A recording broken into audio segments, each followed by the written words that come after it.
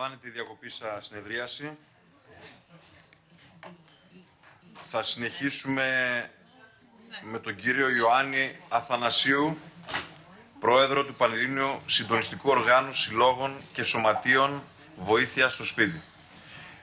Κύριε Αθανασίου, μας ακούτε? Κύριε Αθανασίου.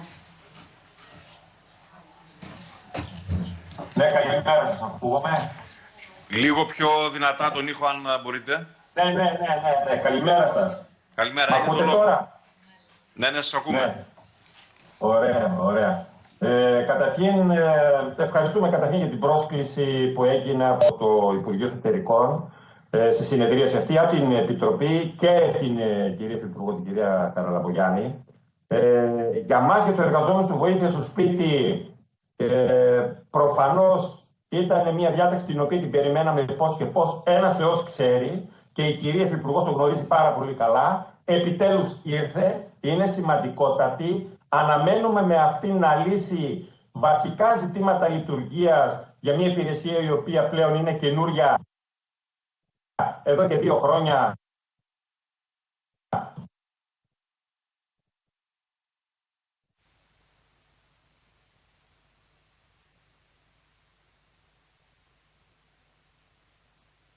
Κύριε Αθανασίου.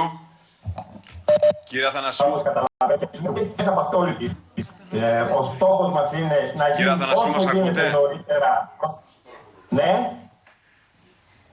Παρακαλώ. Μας ακούτε? Ναι. Είχαμε μια διακοπή. Συνεχίστε. Αυτά απλά μετά, αν μπορείτε, την τοποθέτησή σας να μας στείλετε και με ένα email για τη διακοπή, να μπορέσουν οι υπηρεσίες Βουλής να κάνουν την καταγραφή. Καταλαβαίνω. Δεν ακούγεται, δεν περνάει η φωνή μου. Συγγνώμη λίγο. Ακούγεται η φωνή σας, απλά με κάποιες διακοπές. Ναι. Για συνεχίστε. Κατάλαβα. Έλεγα λοιπόν ότι για μας, για τους εργαζόμενους του Βοήθεια στο Σπίτι, είναι πάρα πολύ σημαντική η διάταξη που αφορά τον κανονισμό λειτουργίας του Βοήθεια στο Σπίτι. Ένας Θεός ξέρει πώς την περιμέναμε. Η κυρία Υφυπουργός το ξέρει. Πλέον είμαστε εδώ μετά από 2 χρόνια με πολλά ευτράπελα που έχουν δημιουργηθεί στην τοπική αυτοδιοίκηση και στη λειτουργία της υπηρεσίας και των εργαζομένων. Ευελπιστούμε μέσα από αυτή τη διάταξη πλέον να καθορίσουμε τον κανονισμό λειτουργίας. Τα 2 χρόνια που προβλέπει το νομοσχέδιο θεωρούμε ότι είναι λίγο πολύ. Ο στόχος μας είναι να γίνει όσο πιο σύντομα γίνεται προκειμένου να υπάρχει εφαρμογή, και ο στόχος είναι ένας, στα πλαίσια πάντα της ουσίας της υπηρεσίας που αφορά την κατοίκον φροντίδα ηλικιωμένων, και στα πλαίσια αυτά θα μπορούν να προσαρμοστούν οι Δήμοι. Έχουμε καταθέσει την πρότασή μας στην Υφυπουργό και το γνωρίζουμε, και έχουμε προτείνει τη σύσταση της Επιτροπής, ειδικά για την σύσταση και του κανονισμού, ούτως ώστε να μπορέσουμε να λύσουμε αυτά τα βασικά θέματα που μας αφορούν. Είμαστε εδώ, καλωσορίζουμε την συγκεκριμένη διάταξη, και όπως μέχρι τώρα είχαμε τη συνεργασία με την κυρία Υφυπουργό, προβλέπουμε να καταστήσουμε μια υπηρεσία πρότυπο των Δήμων που αφορά την κατοίκον φροντίδα ηλικιωμένων. Στο σημείο αυτό ήθελα λίγο να δώσω και να δοθεί και ο λόγος στη συνάδελφο την κυρία Κολυζέρα του Σωματείου Αττικής, η οποία και αυτή έχει λίγο να προσθέσει κάποια πράγματα. Σας ευχαριστώ πολύ προς ώρας. Ευχαριστούμε, κύριε Ντιούδη. Ναι, καλημέρα και από μένα. Όσον αφορά για ευχαριστούμε καταρχήν για την πρόσκληση. Όσον αφορά για το άρθρο 13 που αναφέρεται στη ρύθμιση θεμάτων του προγράμματος Βοήθειας στο Σπίτι, σε γενικές γραμμές είμαστε θετικοί ως προς τις διατάξεις οι οποίες αναφέρονται στη μετάταξη και στην απόσπαση των υπαλλήλων, γιατί ήταν κάτι το οποίο ήταν έτοιμα και των εργαζομένων εδώ και πολύ καιρό, και το είχαμε συζητήσει με την κυρία Χαραλαμπογιάννη. Στο σημείο όμως εκεί που αναφέρεται για τη μετάταξη, έχουμε μία ένσταση ή τουλάχιστον μία διευκρίνηση, γιατί δεν αναφέρεται ξεκάθαρα. Στο σημείο Β, εκεί που αναφέρει για τη μετάταξη των υπαλλήλων που διορίστηκαν σε Δήμο κατ' εφαρμογή του άρθρου 29 του νόμου 5013 του 2023 με την υποαριθμό 7/4 του 2023 απόφαση της Ολομέλειας στο ΑΣΕΠ. Εδώ αντιλαμβανόμαστε ότι γίνεται ένας διαχωρισμός στους εργαζόμενους με τις αιτήσεις υπαγωγής. Δηλαδή δεν μπορούμε να καταλάβουμε γιατί γίνεται αυτός ο διαχωρισμός όσον αφορά τη μετάταξη. Γιατί να μην έχουν όλοι το δικαίωμα για τη μετάταξη, ενώ παρακάτω στο άρθρο, στην παράγραφο 3 που αφορά τη μετάταξη υπαλλήλων σε κλάδους και ειδικότητες ανώτερες κατηγορίες, εκεί επιτρέπεται. Αυτό το σημείο λίγο το θεωρούμε ότι θα πρέπει κάπως να διευκρινιστεί και να βελτιωθεί. Σε γενικές γραμμές όλα τα άλλα όσον αφορά την απόσπαση είμαστε σύμφωνοι.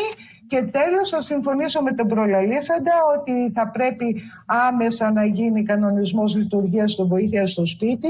Έχουμε καταθέσει εδώ και πάρα πολύ μεγάλο χρονικό διάστημα δικό μας κανονισμό λειτουργίας στο βοήθεια στο σπίτι που έχει βγει μέσα από τις Γενικές Συνελεύσεις των Σωματείων. Είχαμε πει με την κυρία Χαραλαμπογιάννη να δημιουργηθεί μια επιτροπή ώστε να συμβάλλουμε κι εμείς στη συνδιαμόρφωση ενός κανονισμού λειτουργίας, το οποίο θα λειτουργεί ως πρότυπο. Φυσικά να δίνεται και η δυνατότητα να γίνονται κάποιες προσαρμογές, γιατί διαφορετικά δουλεύει ένα βοήθεια στο σπίτι, ας πούμε, σε κάποιο αστικό κέντρο και διαφορετικά σε ένα ορεινό ή μη ορεινό χωριό ή στην επαρχία. Σας ευχαριστώ. Ευχαριστούμε και εμείς, κυρία Τέλος, Κολυζά. επιτρέψτε Περνάμε στον κύριο Αντώνιο Ντιούδη, ο οποίος είναι πρόεδρος της Ανώτατης Συνομοσπονδίας Τριτέκνων Ελλάδος. Κύριε Ντιούδη, μας ακούτε? Καλημέρα σας, κύριε Υπουργέ, κύριε Πρόεδρε, κύριοι βουλευτές, κύριοι εκπρόσωποι φορέων, καλή χρονιά. Σας ευχαριστούμε για την πρόσκληση. Το Σεπτέμβριο του 2025 ψηφίστηκε ο νόμος για την απόδοση τριτεχνικής ιδιότητας ισοβίως στους γονείς. Αυτό ήταν μια εξαγγελία του Πρωθυπουργού και αυτό συζητήσαμε και με την ηγεσία του, που συζητήσαμε την ηγεσία του Υπουργείου Οικογένειας, ήταν να γίνει απόδοση τριτεχνικής ιδιότητας και να ισχύσει ό,τι ισχύει και για τους πολύτεκνους. Δηλαδή και για τα παιδιά. Ο Πρωθυπουργός μίλησε για σύγκληση όσον αφορά στις προσλήψεις στον ΑΣΕΠ. Βλέπουμε για μια ακόμη φορά οι εξαγγελίες και όλα αυτά που μας έχουν πει να γίνονται με κάποιες εξαιρέσεις. Οπωσδήποτε είναι θετική η εξέλιξη ότι και σε αυτό το νομοσχέδιο, ιδιαίτερα στις προσλήψεις, αποτυπώνεται αυτό που ψηφίστηκε το Σεπτέμβριο του 2025, δηλαδή θα έχουν πλέον οι τρίτεκνοι γονείς τη δυνατότητα, την τριτεχνική ιδιότητα ισοβίως και μέσω αυτής της ιδιότητας θα μπορούν να συμμετέχουν στις προσλήψεις του ΑΣΕΠ. Όμως θέλω να επισημάνω δύο πράγματα τα οποία έχουν πολύ μεγάλη σημασία για μας τους τρίτεκνους. Το ένα είναι ότι ο Πρωθυπουργός μας είπε ότι θα ισχύσει ό,τι ισχύει με τον νόμο για την απόδοση της οικογενειακής ιδιότητας, ό,τι ισχύει για τους πολύτεκνους. Δηλαδή, στον άρθρο 6, παράγραφος 3 του νόμου 3454 του 2006, λέει ότι το τέκνο πολύτεκνης οικογένειας κρατά αυτή την ιδιότητα ως ότου υπάρχει ζωή ένας γονέας. Αυτό δεν ισχύει για τους τρίτεκνους και βλέπουμε ότι αποτυπώνεται και σε αυτό το νομοσχέδιο. Όπως επίσης ο Πρωθυπουργός είχε μιλήσει για σύγκληση του ποσοστού στις προσλήψεις, δηλαδή το 12% ως ποσοστό προσλήψεων στον ΑΣΕΠ για τους τρίτεκνους θα γίνει 16%, δηλαδή ό,τι ισχύει για τους πολύτεκνους. Ούτε εδώ βλέπουμε ξανά να αποτυπώνεται. Τελικά έχουν ισχύ τα λόγια του Πρωθυπουργού, ή απλά γίνονται κάποιες εξαγγελίες και δεν προχωράμε σε αυτές? Γιατί ξανά εξαιρέσεις? Είμαστε κι εμείς μια ευπαθή κοινωνική ομάδα, όπως οι πολίτεκνοι. Μας είπαν ότι θα ισχύσει ο ίδιος νόμος και για εμάς. Για ποιο λόγο ξανά έχουμε εξαιρέσεις? Είμαστε πολίτες β' κατηγορίας? Είμαστε κάτι διαφορετικό? Αυτά θέλω να μας απαντήσει και ο Υπουργός και ο Πρωθυπουργός. Ευχαριστώ πολύ. Καλημέρα σας. Ευχαριστούμε και εμείς, κύριε Ντιούδη, και περνάμε στον κύριο Βασίλειο Κούτσιανο, Γενικό Γραμματέα της Εθνικής Συνομοσπονδίας Ατόμων με Αναπηρία. Κύριε Κούτσιανε, μας ακούτε? Ναι, κύριε Πρόεδρε, σας ακούω. Ωραία, και εμείς σας ακούμε. Ξεκινήστε. Καταρχάς, να σας ευχαριστήσουμε για την πρόσκληση. Αξιότιμα μέλη, αξιότιμη Πρόεδρε, αξιότιμοι κύριοι Υπουργοί.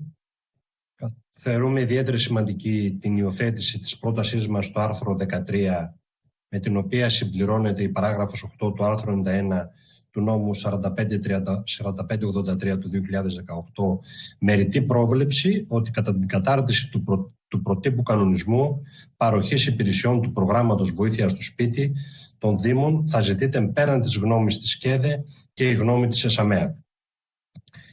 Εφόσον στο άρθρο 14 του Σχεδίου Νόμου περιλαμβάνονται ρυθμίσεις για την ενίσχυση των τρίτεκνων οικογενειών στο πλαίσιο προσλήψεων του ΑΣΕΠ, προτείνουμε τη συμπερίληψη στο Σχέδιο Νόμου και των παρακάτω τροποποιήσεων του νόμου 4765 του 2021, τις οποίες επανειλημμένως έχουμε αιτηθεί, προκειμένου το ισχύον σύστημα προσλήψεων μέσω ΑΣΕΠ να καταστεί δικαιότερο και αποτελεσματικότερο για τα άτομα αναπηρία και χρόνιες παθήσεις. Επί τούτου ζητούμε τις ακόλουθες προσθήκες. Προσθήκη νέου εδαφείου στην παράγραφο 1 του άρθρου 6 του νόμου 4765 του 2021 για την κατάταξη των υποψηφίων με αναπηρία που υπάγονται στο ποσοστό 12% να εφαρμόζεται σύστημα μοριοδότησης, σύμφωνα με το οποίο το ποσοστό αναπηρίας του υποψηφίου ή της υποψηφίας, εφόσον ανέρχεται σε τουλάχιστον 50%, να πολλαπλασιάζεται με συντελεστή 7. Κατάργηση της παραγράφου 2 του άρθρου 6 του νόμου 4765 του 2021, προτείνεται η κατάργηση της εν λόγω παραγράφου, διότι εξαιρεί οριζόντια άτομα με αναπηρία και χρόνιες παθήσεις από την ποσόστοση για διάφορες ειδικότητες, σταχυολογώ ορισμένες, του κλάδου ΔΕ οδηγών, τεχνικών, φύλαξης, προσωπικού καθαριότητος και κάθε είδους ειδικοτήτων ανταποδοτικών υπηρεσιών καθαριότητας και πρασίνου, κάτι που θεωρούμε εξαιρετικά άδικο.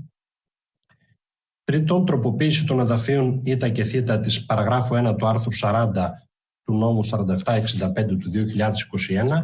Εδώ ετούμαστε την αύξηση των μονάδων μοριοδότησης για τα ίδια τα άτομα αναπηρία και χρόνιες παθήσεις από 200 σε 400 μονάδες και αντίστοιχα για τους συζύγους, γονείς και αδέρφια, για τα έμεσα μέλη δηλαδή, από 130 σε 200.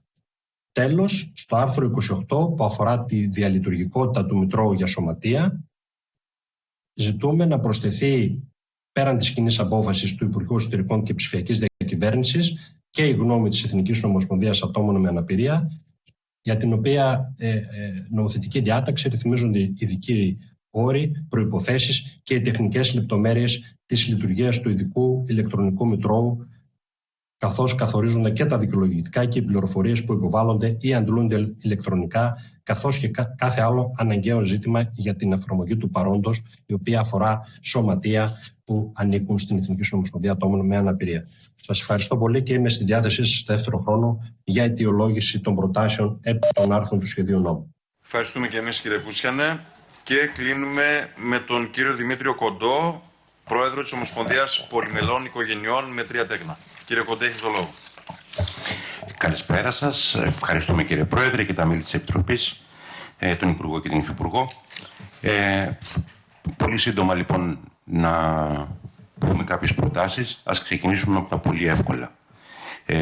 Προβλέπεται ποσοστό πρόσληψης, όπως είχε δεσμευτεί η κυβέρνηση και ο Πρωθυπουργός 16%. Η Υφυπουργός θυμάται ότι το 10% με δικές της ενέργειες και με δικό μας αίτημα έγινε 12%. Νομίζω ότι με βάση τη δέσμευση του Πρωθυπουργού μπορεί να υπάρξει τροποποίηση και το 12% να γίνει 16%, όπως για τις τρίτεκνες οικογένειες, όπως έχει δεσμευτεί ο Πρωθυπουργός, και νομίζω ότι είναι και η ώρα να πραγματοποιηθεί. Το δεύτερο στοιχείο, η πρόβλεψη που υπήρχε για τις προσλήψεις των τρίτεκνων οικογενειών μέσω ΑΣΕΠ είχε τον εξής χαρακτήρα και έφτανε μέχρι την ηλικία των 30 χρόνων η πρόβλεψη για τα παιδιά, με δεδομένο ότι τα παιδιά μπορούσαν να έχουν τη δυνατότητα να σπουδάζουν μέχρι τότε, ή τουλάχιστον για όσα ακολουθούσαν αυτή τη διαδικασία.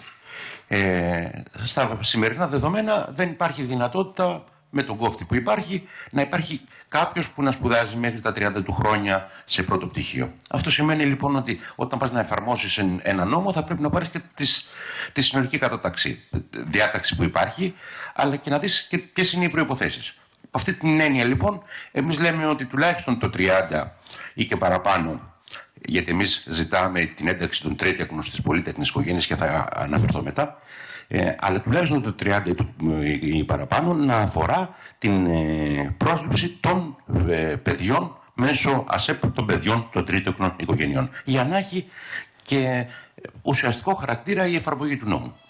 Λοιπόν, έχουμε καταθέσει έτσι κι αλλιώς υπόμνημα.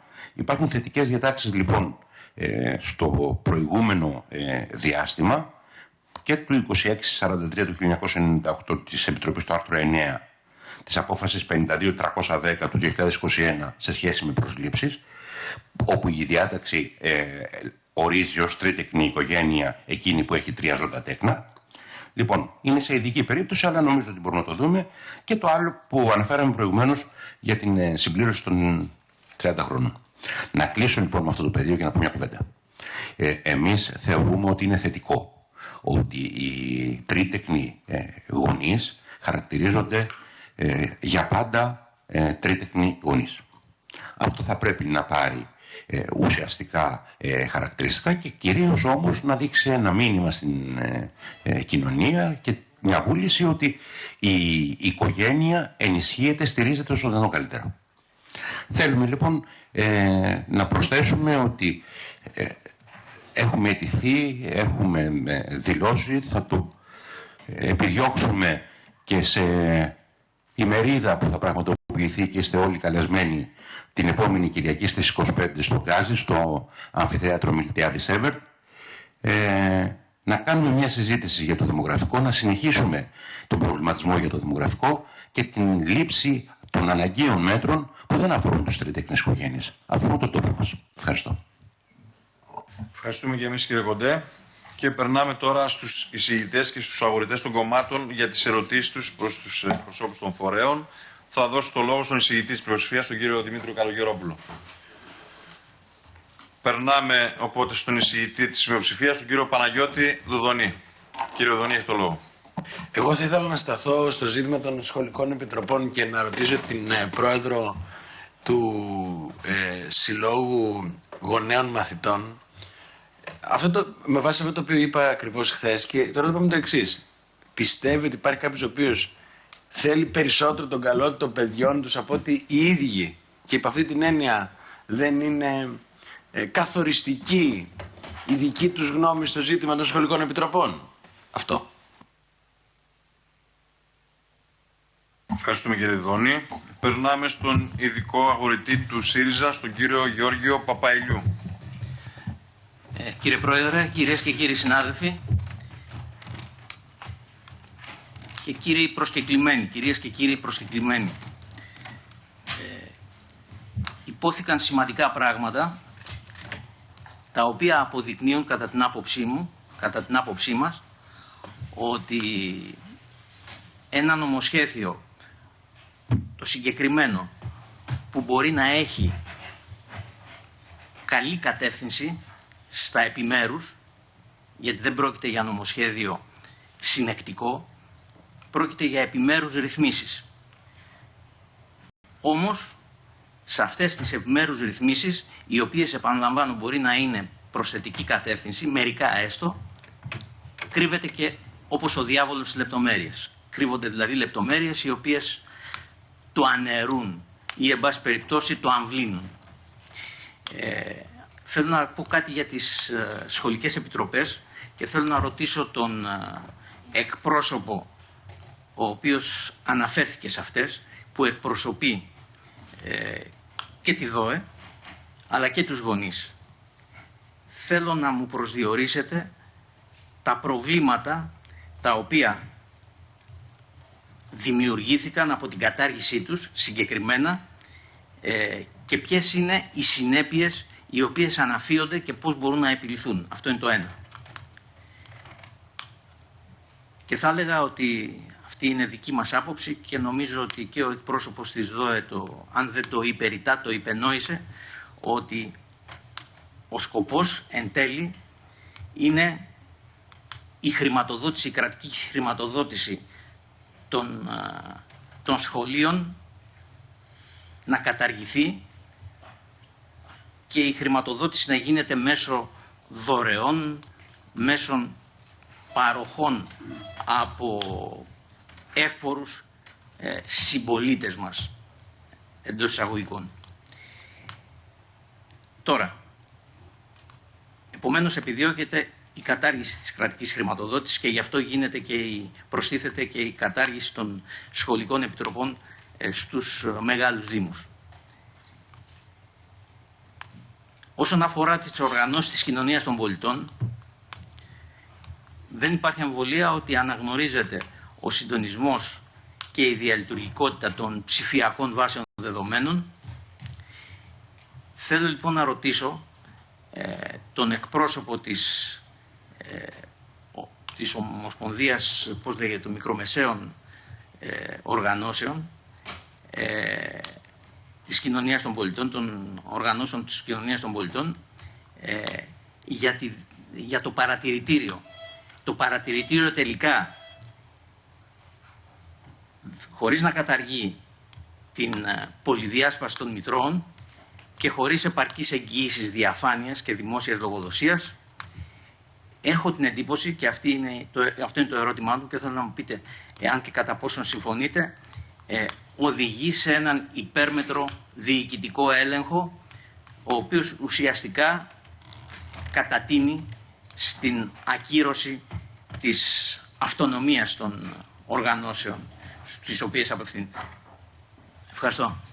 Ευχαριστώ και εγώ, κύριε Παπαϊλιού, και περνάμε στον ειδικό αγορητή του Κομμουνιστικού Κόμματος Ελλάδος, τον κύριο Μανώλη Συντιχάκη. Ναι, μια ερώτηση, κύριε Πρόεδρε, αφορά το άρθρο 7 στα ζητήματα απόσπασης αθλητών Ολυμπιακών και Παραολυμπιακών Αγώνων ή Ολυμπιακών Αγώνων Κοφών. Άκουσα τις τοποθετήσεις του κύριου Πολυχρονίδη και της κυρίας Ζιγούρη.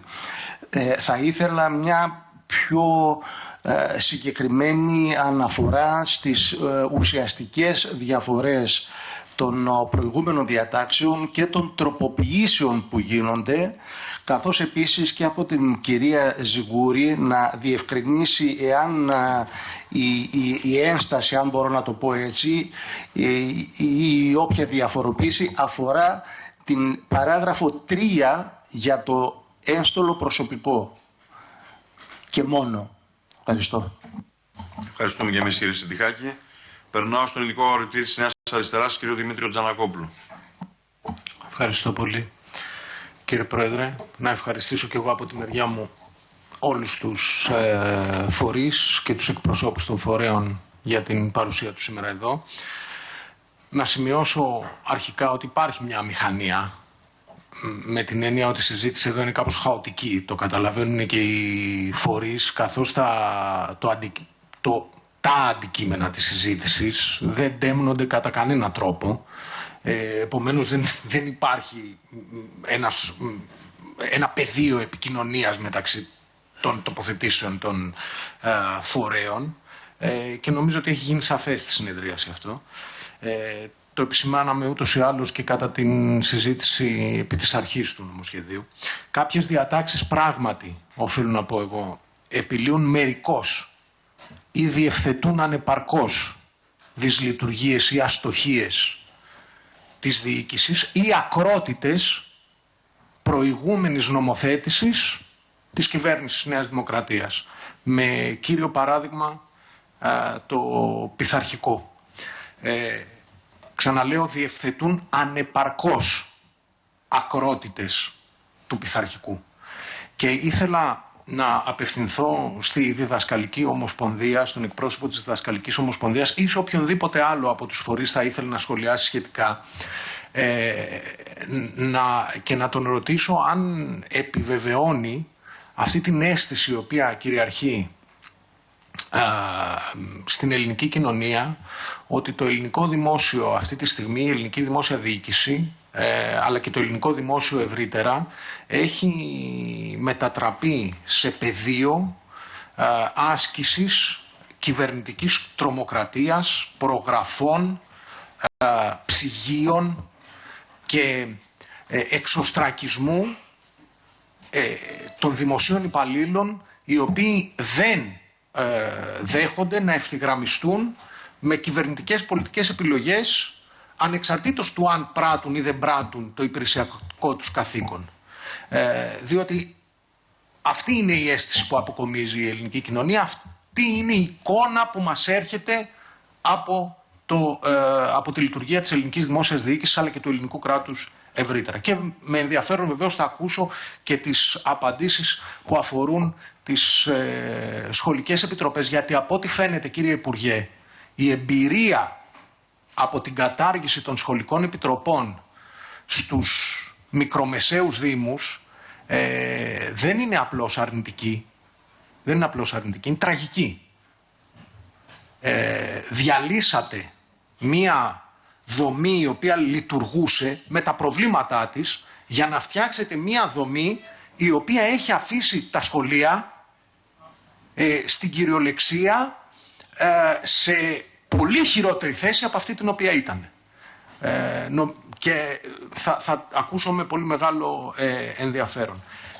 Το τρίτο και τελευταίο ερώτημα αφορά τους εκπροσώπους των μικρομεσαίων οργανώσεων των πολιτών.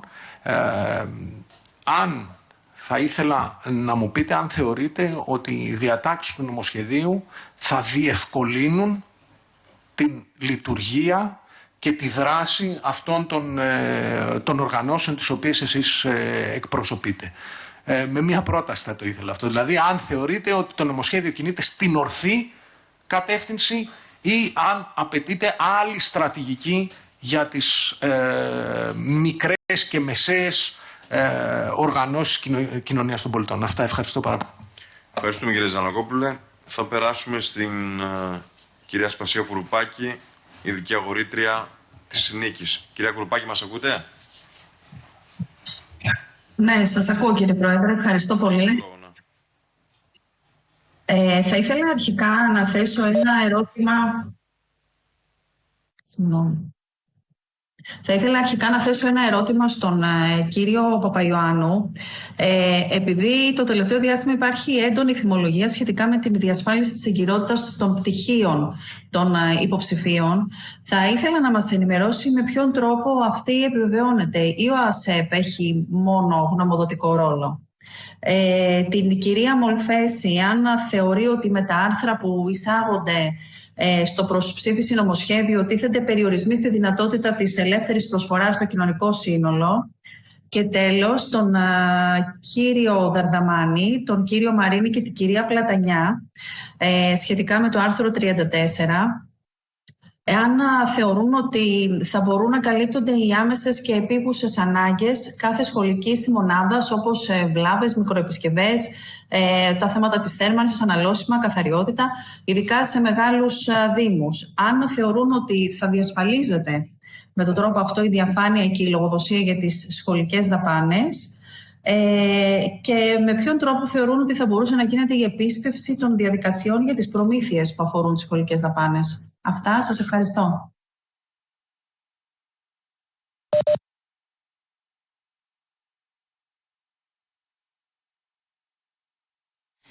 Τρεις ερωτήσεις θα ήθελα να θέσω.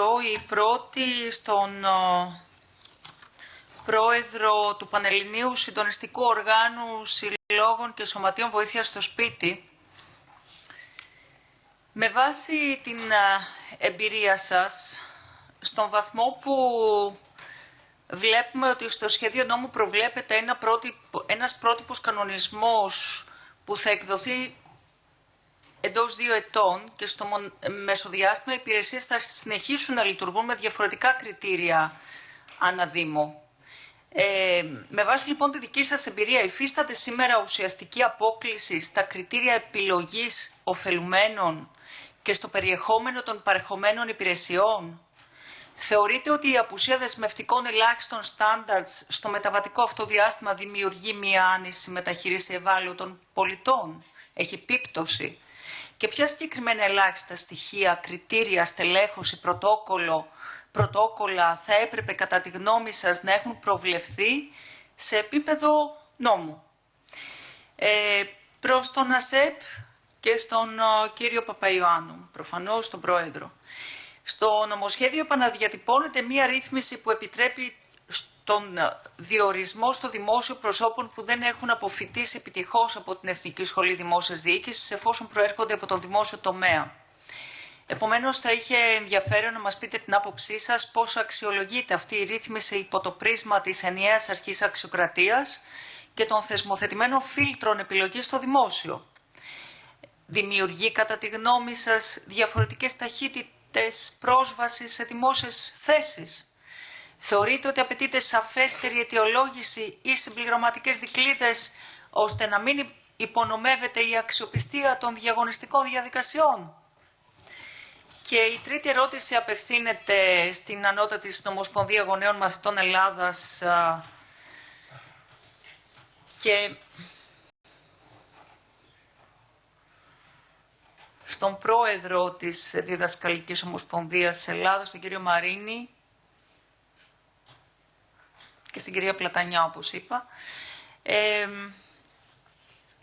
Ακούσαμε με ενδιαφέρον όσα μας καταγγείλατε και όσα ήδη είναι πολύ γνωστά μέσω της δημοσιοποίησης όλων των συμβάντων, αλλά θα είχε ενδιαφέρον να μας πείτε κάτι που δεν άκουσα, αν έχετε λάβει γνώση με οποιονδήποτε τρόπο της προσπάθειας της κυβέρνησης δια του αρμοδίου Υπουργείου, που θεωρούμε ότι είναι και οφειλόμενη ενέργεια από την πλευρά του Υπουργείου, να αποτιμήσει τις συνέπειες της εφαρμογής του μέτρου εκεί όπου καταργήθηκαν οι επιτροπές. Τι έχει πράξει η κυβέρνηση που οφείλει να αποτιμά το αποτέλεσμα των νομοθετικών ρυθμίσεων που έχει λάβει η κατά πλειοψηφία στην Ελληνική Βουλή? Οι εκπαιδευτικοί αντίστοιχα, οι σύλλογοι γονέων έχουν καταγγείλει ακριβώς αυτά τα παρελκόμενα αυτής της νομοθετικής ρύθμισης και μετά από τις επίσημες δια εκπροσώπων φορέων καταγγελίες υπάρχει σχετική απάντηση, τοποθέτηση που υπό κανονικές συνθήκες και χωρίς να έχει καταγγελθεί οτιδήποτε το Υπουργείο οφείλει να λαμβάνει γνώση ρωτώντας και αποτιμώντας τις συνέπειες μιας τέτοιας ρύθμισης η οποία επέφερε μια σοβαρή αλλαγή στην πραγματικότητα των μαθητών και μάλιστα σε μια Ελλάδα που κλειδονίζεται από τη συνεχιζόμενη οικονομική κρίση, από την ακρίβεια, από τη δυσχέρεια, από την ανεργία, από τη φτωχοποίηση, την ένδυα και όλα μαζί τα υπόλοιπα που αφορούν στο παγκόσμιο στερέωμα και επηρεάζουν σε επίπεδο ψυχικής υγείας και σωματικής υγείας όλους τους πολίτες. Ευχαριστώ πολύ και ευχαριστούμε θερμά για την παρουσία σας σήμερα εδώ. Λυπάμαι που δεν υπήρξα παρούσα από την αρχή της συνεδρίασης λόγω ανηλυμένης κοινοβουλευτικής υποχρέωσης να είμαι παρούσα σε άλλη επιτροπή. Ευχαριστώ πολύ. Ευχαριστώ κυρία Καλογεροπούλου. Το λόγο έχει ο κύριος Δημήτριος Καλογερόπουλος για τις πλειοψηφίες. Καταρχήν δεν ήθελα να... Ακούσαμε τους πάντες, είχαμε κάνει και την τοποθέτησή μας, αλλά επειδή έχω διατελέσει δήμαρχος, θα ήθελα να κάνω ένα εύλογο ερώτημα. Καταρχήν οι σχολικές επιτροπές παλαιότερα ήταν ανασχολείο. Στην πορεία ζητήσαμε εμείς σαν δήμαρχοι τότε να γίνει ξεχωριστά 2 νομικά πρόσωπα ώστε να μπορούμε να ελέγχουμε καλύτερα την κατάσταση, δηλαδή πρώτου βαθμού και δευτέρου βαθμού, δηλαδή δημοτικά νηπιαγωγεία, γυμνάσια και λύκεια. Πρωτοβάθμια και δευτεροβάθμια εκπαίδευση. Αυτό όμως είχε σαν αποτέλεσμα, και το γνωρίζουμε όλοι, δεν ήταν οι φορείς βέβαια στην τοποθέτηση που κάναμε χτες πότε ήταν, ότι υπήρχαν πλήστα όσα προβλήματα. Μην ξεχνάμε ότι στην Ελλάδα υπάρχει ένα δύσκολο καθεστώς εν σχέση με τα σχολεία. Για πρώτη φορά μετά από τόσα χρόνια γίνεται έλεγχος στατικότητος που δεν είχε γίνει ποτέ. Υπάρχουν διάφορες τεχνοτροπίες που έχουν κατασκευαστεί. Η επικινδυνότητα των σχολείων δεν εξασφάλιζε μάλλον την υγεία των παιδιών και των γονιών, γιατί όλοι και εμείς έχουμε θητεύσει σε σχολεία που έπρεπε να είχαν καταδαφιστεί. Θέλω να πω λοιπόν ότι υπάρχει μια μέριμνα σημαντική, όμως δεν πάβουν να υπάρχουν προβλήματα. Και είναι γεγονός ότι σε ειδικά σχολεία είναι πολύ περισσότερα. Είναι γεγονός ότι με την τροπολογία που έγινε, την τροποποίηση του νόμου που έγινε, ήδη εδώ και αρκετό καιρό, εκτός από τα μεγάλα συγκροτήματα που έχουν 100 σχολικά συγκροτήματα και πλέον, μεγάλους δήμους, ήδη εκεί δεν έχει γίνει ακόμα η διαδικασία να καταργηθούν σχολικές επιτροπές. Όλους τους άλλους δήμους έχουν καταργηθεί. Η δυσκολία ποια ήτανε? Έπρεπε οι Δήμοι λοιπόν να έχουν τοποθετηθεί και να πούνε πώς λύνουμε το θέμα. Το θέμα είναι πώς λύνεται, όχι πώς παραμένουμε στα ίδια, πώς προχωράμε πιο μπροστά. Πρώτον, να υπάρχει διαφάνεια. Δεύτερον, να υπάρχει άμεση λύση των προβλημάτων. Τρίτον, να μπορεί ο Δήμος οικονομικά να μπορεί να ανταπεξέλθει άμεσα χωρίς να έχει έχοντας αυτό τον περαιτέρω φόρτο εργασίας από τα έγγραφα που έρχονται από τους Δήμους. Άρα λοιπόν είναι θέματα τα οποία εκεί έπρεπε να εστιαστούμε πώς λύνουμε το θέμα. Μην ξεχνάμε ότι άλλαξε η διαδικασία της εκλογής των δημάρχων όταν είχαμε ένα εκλογικό σύστημα που ήταν όλα διαλυμένα. Δηλαδή αντιλαμβάνεστε λοιπόν ότι εδώ δεν μπορεί να έρθει ο καθένας από εκείνους οι οποίοι διέλυσαν την τοπική αυτοδιοίκηση, αντί να πούνε πώς βελτιώνουμε την κατάσταση, είναι στο αρνητικό πρόσημο. Εδώ αφορά τα παιδιά μας. Δεν αφορά ούτε κόμματα ούτε χρώματα. Άρα λοιπόν στην προσπάθεια αυτή, και το είπαμε κιόλας και δεσμεύτηκε ο κύριος Υπουργός, και μάλιστα ακούσαμε και τον εκπρόσωπο της ΚΕΔΕ σήμερα, που λέει ότι στον κώδικα πρέπει να προβλέπετε, που θα έρθει να ψηφιστεί στην πορεία, αυτό είχαμε και πει εμείς και στην εισήγηση, πώς μπορεί να είναι πιο ευέλικτη η διαδικασία της παγίας για ειδικά σχολεία ή για οτιδήποτε άλλο, να φτιάχνονται γρήγορα οι ζημιές, και παράλληλα πώς μπορεί η οικονομική διαδικασία των Δήμων, δηλαδή η διεύθυνση οικονομικών, να ανταποκρίνεται στα προβλήματα που είναι επιπλέον φόρτιση του έργου το οποίο έχουν. Αυτό λοιπόν θα βγει στη διαδικασία πώς μπορούμε να προχωρήσουμε καλύτερα. Το να αναιρούμε και να γυρνάμε στο πίσω. Θα ήθελα να ρωτήσω λοιπόν μετά από όλα αυτά, όχι προασπίζοντας το νομοσχέδιο, λέγοντας την πραγματικότητα, να ρωτήσω τον εκπρόσωπο των γονέων και κηδεμόνων να μας πει πώς ήταν πριν και πώς είναι τώρα, αν έχει άποψη. Γιατί θέλω να δω αν συνταυτίζονται αυτά τα οποία έχουμε δει εμείς οι ίδιοι διαδηλώσεις ή όχι. Έχουμε άλλη άποψη για τα παιδιά του κόσμου, άλλη για τα δικά μας, άλλη για άλλο, να καταλάβω πώς είναι η ιστορία. Ερώτηση είναι αυτή μόνο, προς Θεού. Γι' αυτό δεν ήθελα από την αρχή να τοποθετηθώ, γιατί τα ακούσαμε, τα δένουμε, εδώ είναι οι υπουργοί και οι τρεις, για να μπορέσουν να δώσουν λύσεις στα αιτήματα αυτά, προκειμένου να γίνει πιο εύρυθμο το νομοσχέδιο αυτό, το οποίο είναι πάρα πολύ σημαντικό. Και χαίρομαι που οι φορείς ήταν και άψογοι κιόλας στη διαδικασία και τους ευχαριστούμε για την παρουσία τους. Ευχαριστώ κύριε Πρόεδρε. Ευχαριστώ κύριε Καλογερόπουλε. Ξεκινάμε με τις απαντήσεις των φορέων. Θα δώσω το λόγο σε πρώτη φάση σε όσους απευθύνθηκαν ερωτήσεις, και αν κάποιος κρίνει μετά ότι θέλει να συμπληρώσει κάτι, εννοείται θα έχει το λόγο. Ξεκινάμε λοιπόν με τον πρόεδρο του ΑΣΕΠ, με τον κύριο Αθανάσιο Παπαϊωάννου. Κύριε Παπαϊωάννου, μας ακούτε? Ναι, για κάποιο λόγο. Δεν σας ακούω. Ακούγομαι? Ναι, ακούγεστε, ναι.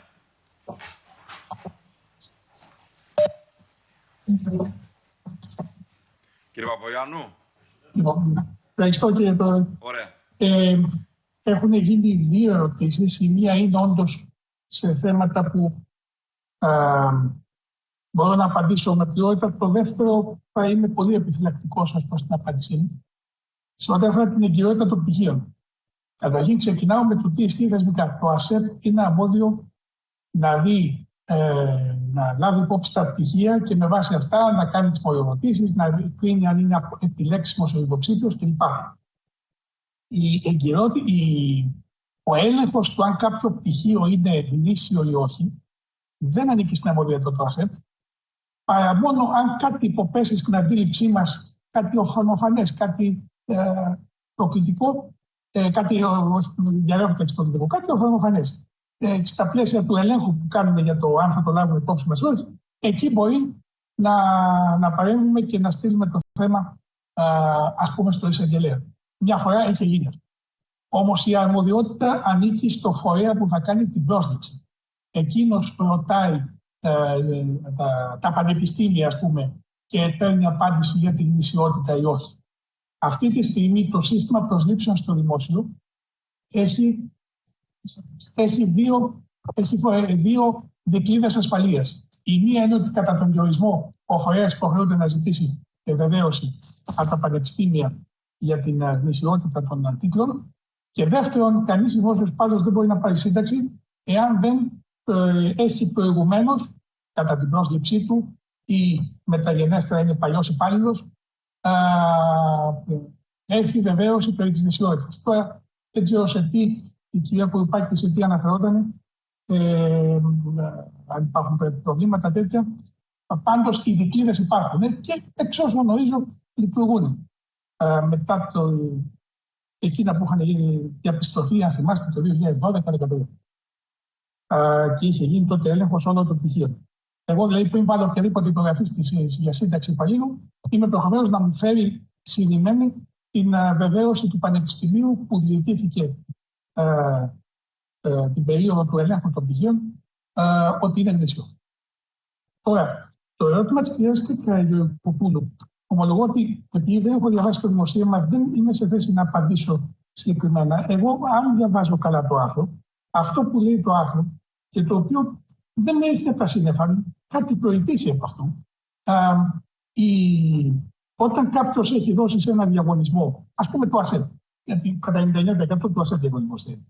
Στο μεταξύ μπει στην Εθνική Σχολή Δημόσιας Διοίκησης και βγουν τα αποτελέσματα, και όποντινά κρατάει το δικαίωμα μετά την αποφοίτησή του να πάει σε εκείνη τη θέση του διαγωνισμού το οποίο έχει πάει.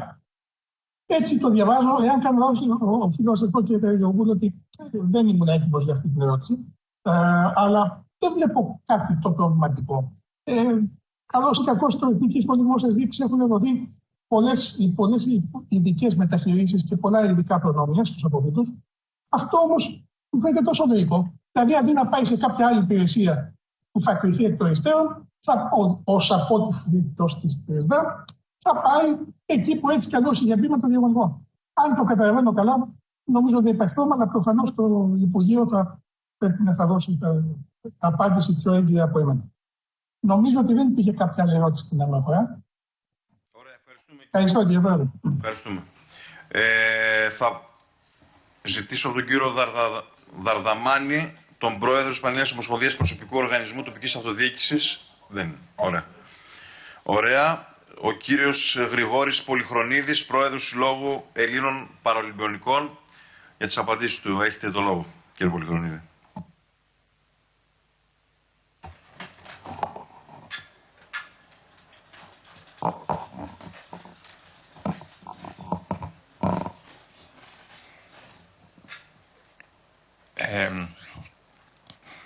Εγώ συγκράτησα το σημείο που είπατε, κύριε Συντηγάκη, για τους ένστολους, για τα φύλλα ποιότητας, που θεωρώ ότι είναι εξίσου σημαντικό και για τους δημόσιους υπαλλήλους να υπάρχει έκθεση αξιολόγησης, για να μπορεί να υπάρχει πρώτα απ' όλα η μονιμοποίηση και μετά και ανάλογη αξιολόγηση και πορεία της προσωπικής τους πορείας, που αυτό μπορεί να επηρεάζει πολλούς φορείς. Δεν ξέρω αν θέλετε κάτι άλλο που μπορεί να μην αποσυγκρατήσει στην ερώτηση, μήπως.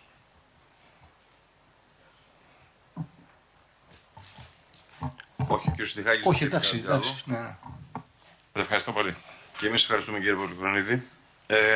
Θα δώσω το λόγο στην κυρία Σταυρούλα Ζιγούρη, πρόεδρο του Συλλόγου Ελλήνων Ολυμπιονικών. Έχει το λόγο.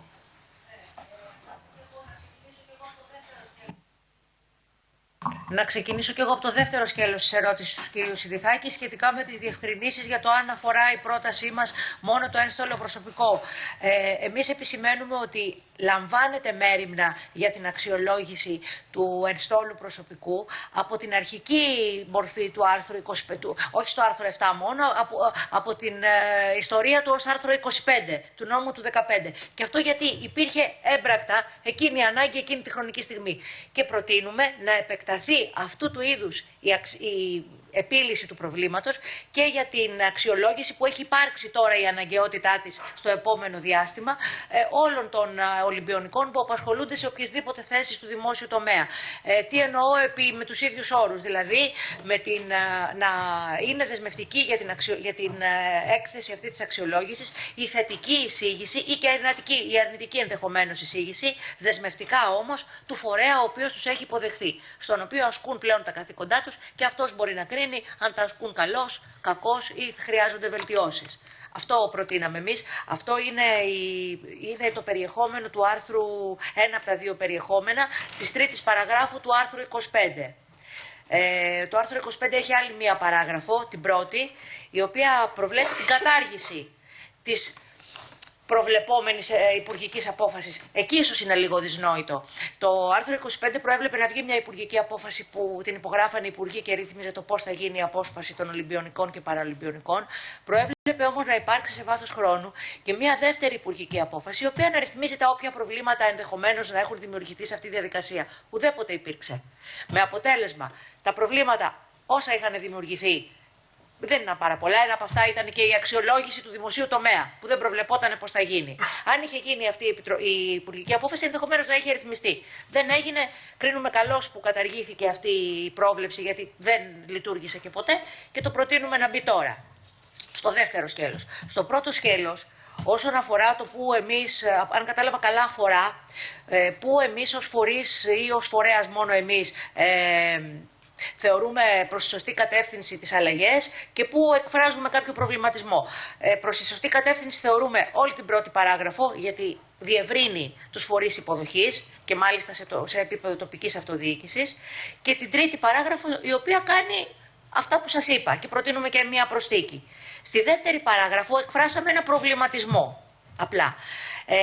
Εκ της εμπειρίας μας από τη δημιουργία του άρθρου 25. Το άρθρο 25 δημιουργήθηκε ακριβώς γιατί οι γενικές διατάξεις στις οποίες ακολουθούνταν για την απόσπαση των Ολυμπιονικών είχαν καταντήσει ανελαστικές. Όποιος τις χειριζόταν μόνο υπό το σκεπτικό του ως στενός υπάλληλος του δημόσιου τομέα, και καλώς έκανε, γιατί αυτή ήταν η θέση του. Δεν μπορούσε να κρίνει τις επιμέρους σκοπιμότητες, ούτε την προστιθέμενη αξία των Ολυμπιονικών.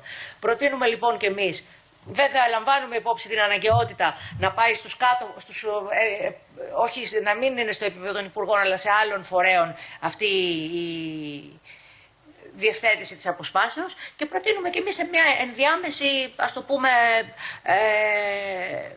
ένα ενδιάμεσο χαρακτήρα διασφάλισης. Να υπάρχει η σύμφωνη, η δεσμευτική εισήγηση, μπορεί να είναι και αρνητική αυτή η εισήγηση αν δεν είναι ικανός κάποιος Ολυμπιονίκης, ενός φορέα που είναι σχετικός. Δηλαδή, δεν θα μπορούσε να υπάρχει άλλο σχετικότερος φορέας από τον Υπουργό Αθλητισμού. Υπουργός, αναπληρωτής, υπουργός, υφυπουργός, ό,τι προβλέπει κάθε φορά η κυβερνητική διάταξη. Αυτό είναι συνοπτικά αυτό που προτείνουμε εμείς. Ευχαριστούμε, κυρία Ζιγούρη. Θα πάμε τώρα στον κύριο Ιωάννη Αθανασίου. Μας ακούτε? Ναι, σας ακούω, ναι. Έχετε το λόγο, κύριε Αθανασίου, για τις απαντήσεις σας.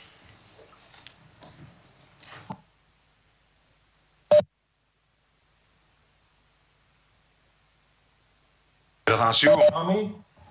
Ναι, παρακαλώ. Σας ακούμε. Ναι. Έχετε το λόγο αν θέλετε να απαντήσετε σε κάποιες από τις ερωτήσεις που σας απίθαναν οι συνάδελφοι. Δεν μπόρεσα να τα ακούσω, συγγνώμη πρόεδρε, αλλά ο ήχος πολλές φορές κοβόταν και δεν μπόρεσα να βγάλω άκρη. Με τον ήχο. Η κυρία Καραγεωργοπούλου, ένα λεπτό. Η κυρία Καραγεωργοπούλου νομίζω έκανε το ερώτημα. Αν θέλετε να το επαναλάβετε, τώρα που μας ακούει ο κύριος Αθανασίου.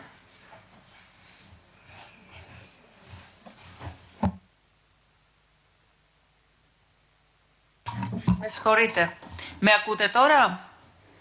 Ναι, σας ακούω. Ωραία.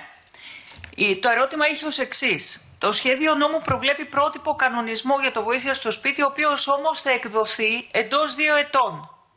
Στο μεσοδιάστημα οι υπηρεσίες θα συνεχίσουν να λειτουργούν με διαφορετικά κριτήρια αναδήμο. Με βάση την εμπειρία σας, υφίσταται σήμερα ουσιαστική απόκλιση στα κριτήρια επιλογής ωφελουμένων και στο περιεχόμενο των παρεχομένων υπηρεσιών? Θεωρείτε ότι η απουσία δεσμευτικών ελάχιστων στάνταρτς στο μεταβατικό διάστημα θα δημιουργήσει άνηση μεταχείριση ευάλωτων πολιτών?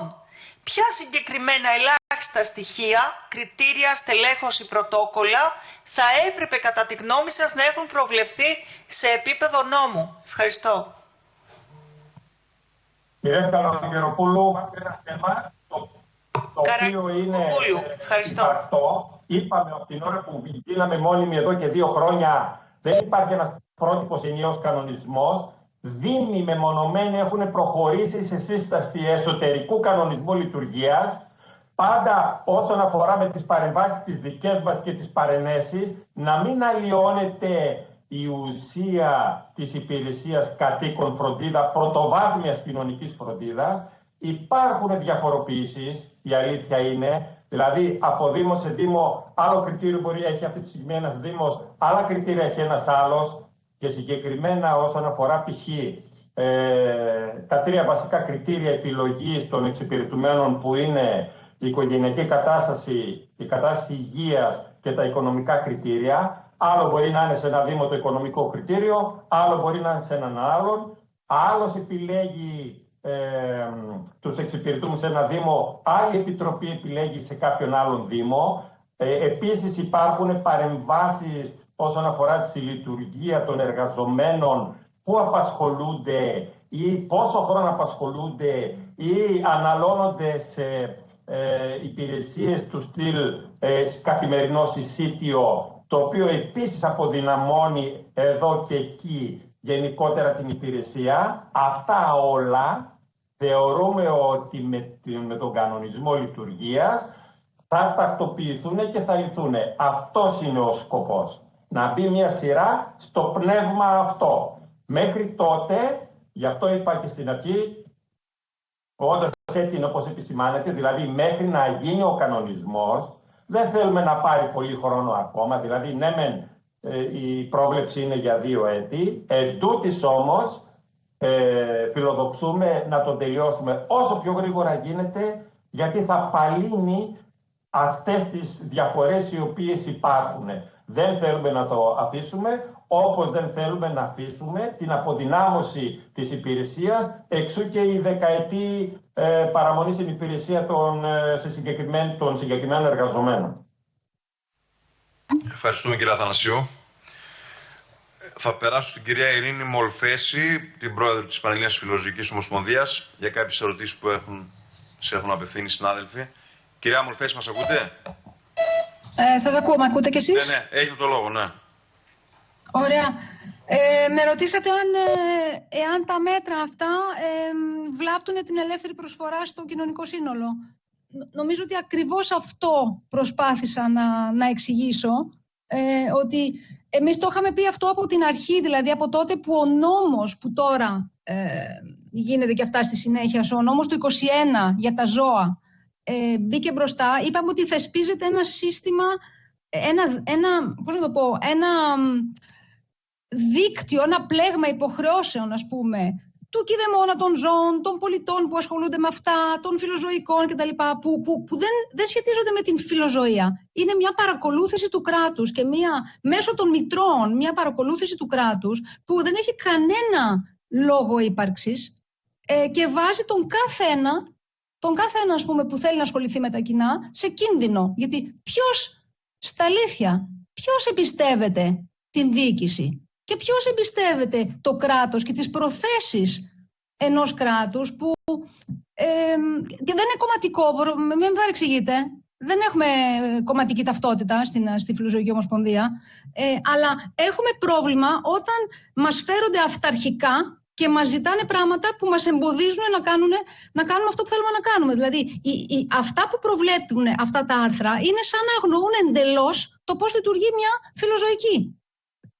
Παραδείγματος χάρη μια φιλοζωική, γιατί ισχύει για όλες τις μικρές τις μικρές οργανώσεις, ας πούμε, που ασχολούνται με το κοινό. Μπορεί να είναι τα περιβαλλοντικά, μπορεί να είναι 1002 άλλα πράγματα. Είναι σαν να έχουν βαλθεί ακριβώς να τις δυσκολέψουν για να μην μπορούν να δουλέψουν. Αν αυτός είναι ο σκοπός, να μας το πείτε εξ αρχής, να δούμε και εμείς τι θα κάνουμε. Δεν έχω να πω κάτι άλλο, αλλά είναι πάρα πολύ απειλητικό αυτό το πράγμα. Σας λέω, και το θέμα της εργάνης μας βγάζει εντελώς εκτός, ας πούμε, κατάσταση, γιατί δεν μπορούμε πρακτικά να το κάνουμε αυτό. Δεν έχει κανένα νόημα.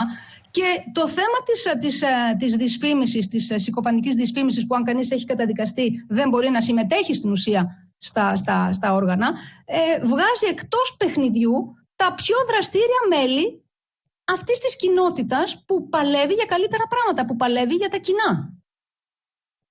Λοιπόν, δεν ξέρω τι θα κάνει η κυβέρνηση με αυτό και γιατί γίνεται αυτό το πράγμα, με δεδομένο ότι πρέπει να προσαρμοστεί, όπως σας είπα και πριν, στην Ευρωπαϊκή Οδηγία που λέει ότι πρέπει να πάρει μέτρα ακριβώς την ίδια, στην αντίθετη κατάσταση. Δεν το καταλαβαίνω. Νομίζω, αν όποιος θέλει να στείλω, γιατί δεν ξέρω, νομίζω ότι διακόπηκε κάποια στιγμή, δεν ήταν καλός ο ήχος, δεν ξέρω πόσο καλά έχετε ακούσει, θα στείλω έτσι κι αλλιώς αυτά που έχω πει και παραμένω στη διάθεσή σας, το ξαναλέω. Αν κάτι δεν έχω απαντήσει, να μου το πείτε. Ωραία, ευχαριστούμε πολύ. Πάμε στον κύριο Σωτήριο Πετρόπουλο, πρόεδρο της Ένωσης Μικρομεσαίων Οργανώσεων της Κοινωνίας των Πολιτών. Ναι, σας ευχαριστώ πολύ. Σημείωσα 2 ερωτήματα. Αν κάποιο δεν το αντιλήφθηκα ότι απευθυνόταν σε εμάς, με χαρά να το απαντήσουμε. Το πρώτο αφορούσε στο παρατηρητήριο. Κατά πόσο θεωρούμε ότι αυξάνει το διοικητικός έλεγχος και κατά πόσο είναι μια αρνητική εξέλιξη. Όχι, εμείς το βλέπουμε ως μια θετική εξέλιξη. Υπάρχει προφανώς με έναν αστερίσκο εκεί το ρίσκο ότι από τον ίδιο τον νόμο δεν αναφέρεται το τι θα είναι τα στοιχεία τα οποία θα ζητούνται, όμως σε πολλές συζητήσεις που έχουμε κάνει με το Υπουργείο Εσωτερικών, η πρόνοια έτσι όπως την έχουμε εμείς αντιληφθεί είναι να είναι κάτι άμεσο, γρήγορο και ένα σημείο στο οποίο απλά όλοι θα καταγράφονται. Οπότε ως τέτοιο το καλωσορίζουμε.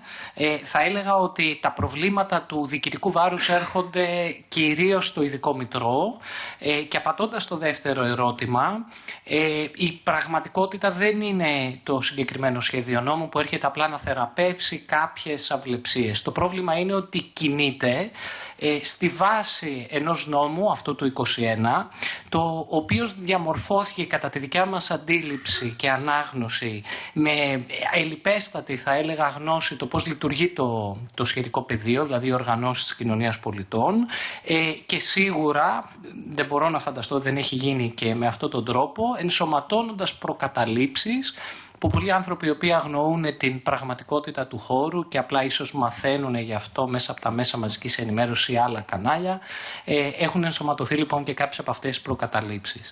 Οι κινήσεις που υπάρχουν από την πλευρά της τρέχουσας ηγεσίας, γιατί το προηγούμενος νόμος ήταν άλλης ηγεσίας του Υπουργείου Εσωτερικών, παρότι εμείς αναγνωρίζουμε ότι η πολιτεία έχει συνέχεια, το κράτος οφείλει να έχει μια συνέχεια, η τρέχουσα ηγεσία φαίνεται να είναι πιο ανοιχτή και πράγματι το συγκεκριμένο σχέδιο νόμου έρχεται και βοηθάει, διευκολύνει. Δεν κάνει όλη τη διαδρομή που θεωρούμε ότι απαιτείται ώστε να είναι πραγματικά ένα λειτουργικό πλαίσιο για τις οργανώσεις κοινωνίας πολιτών.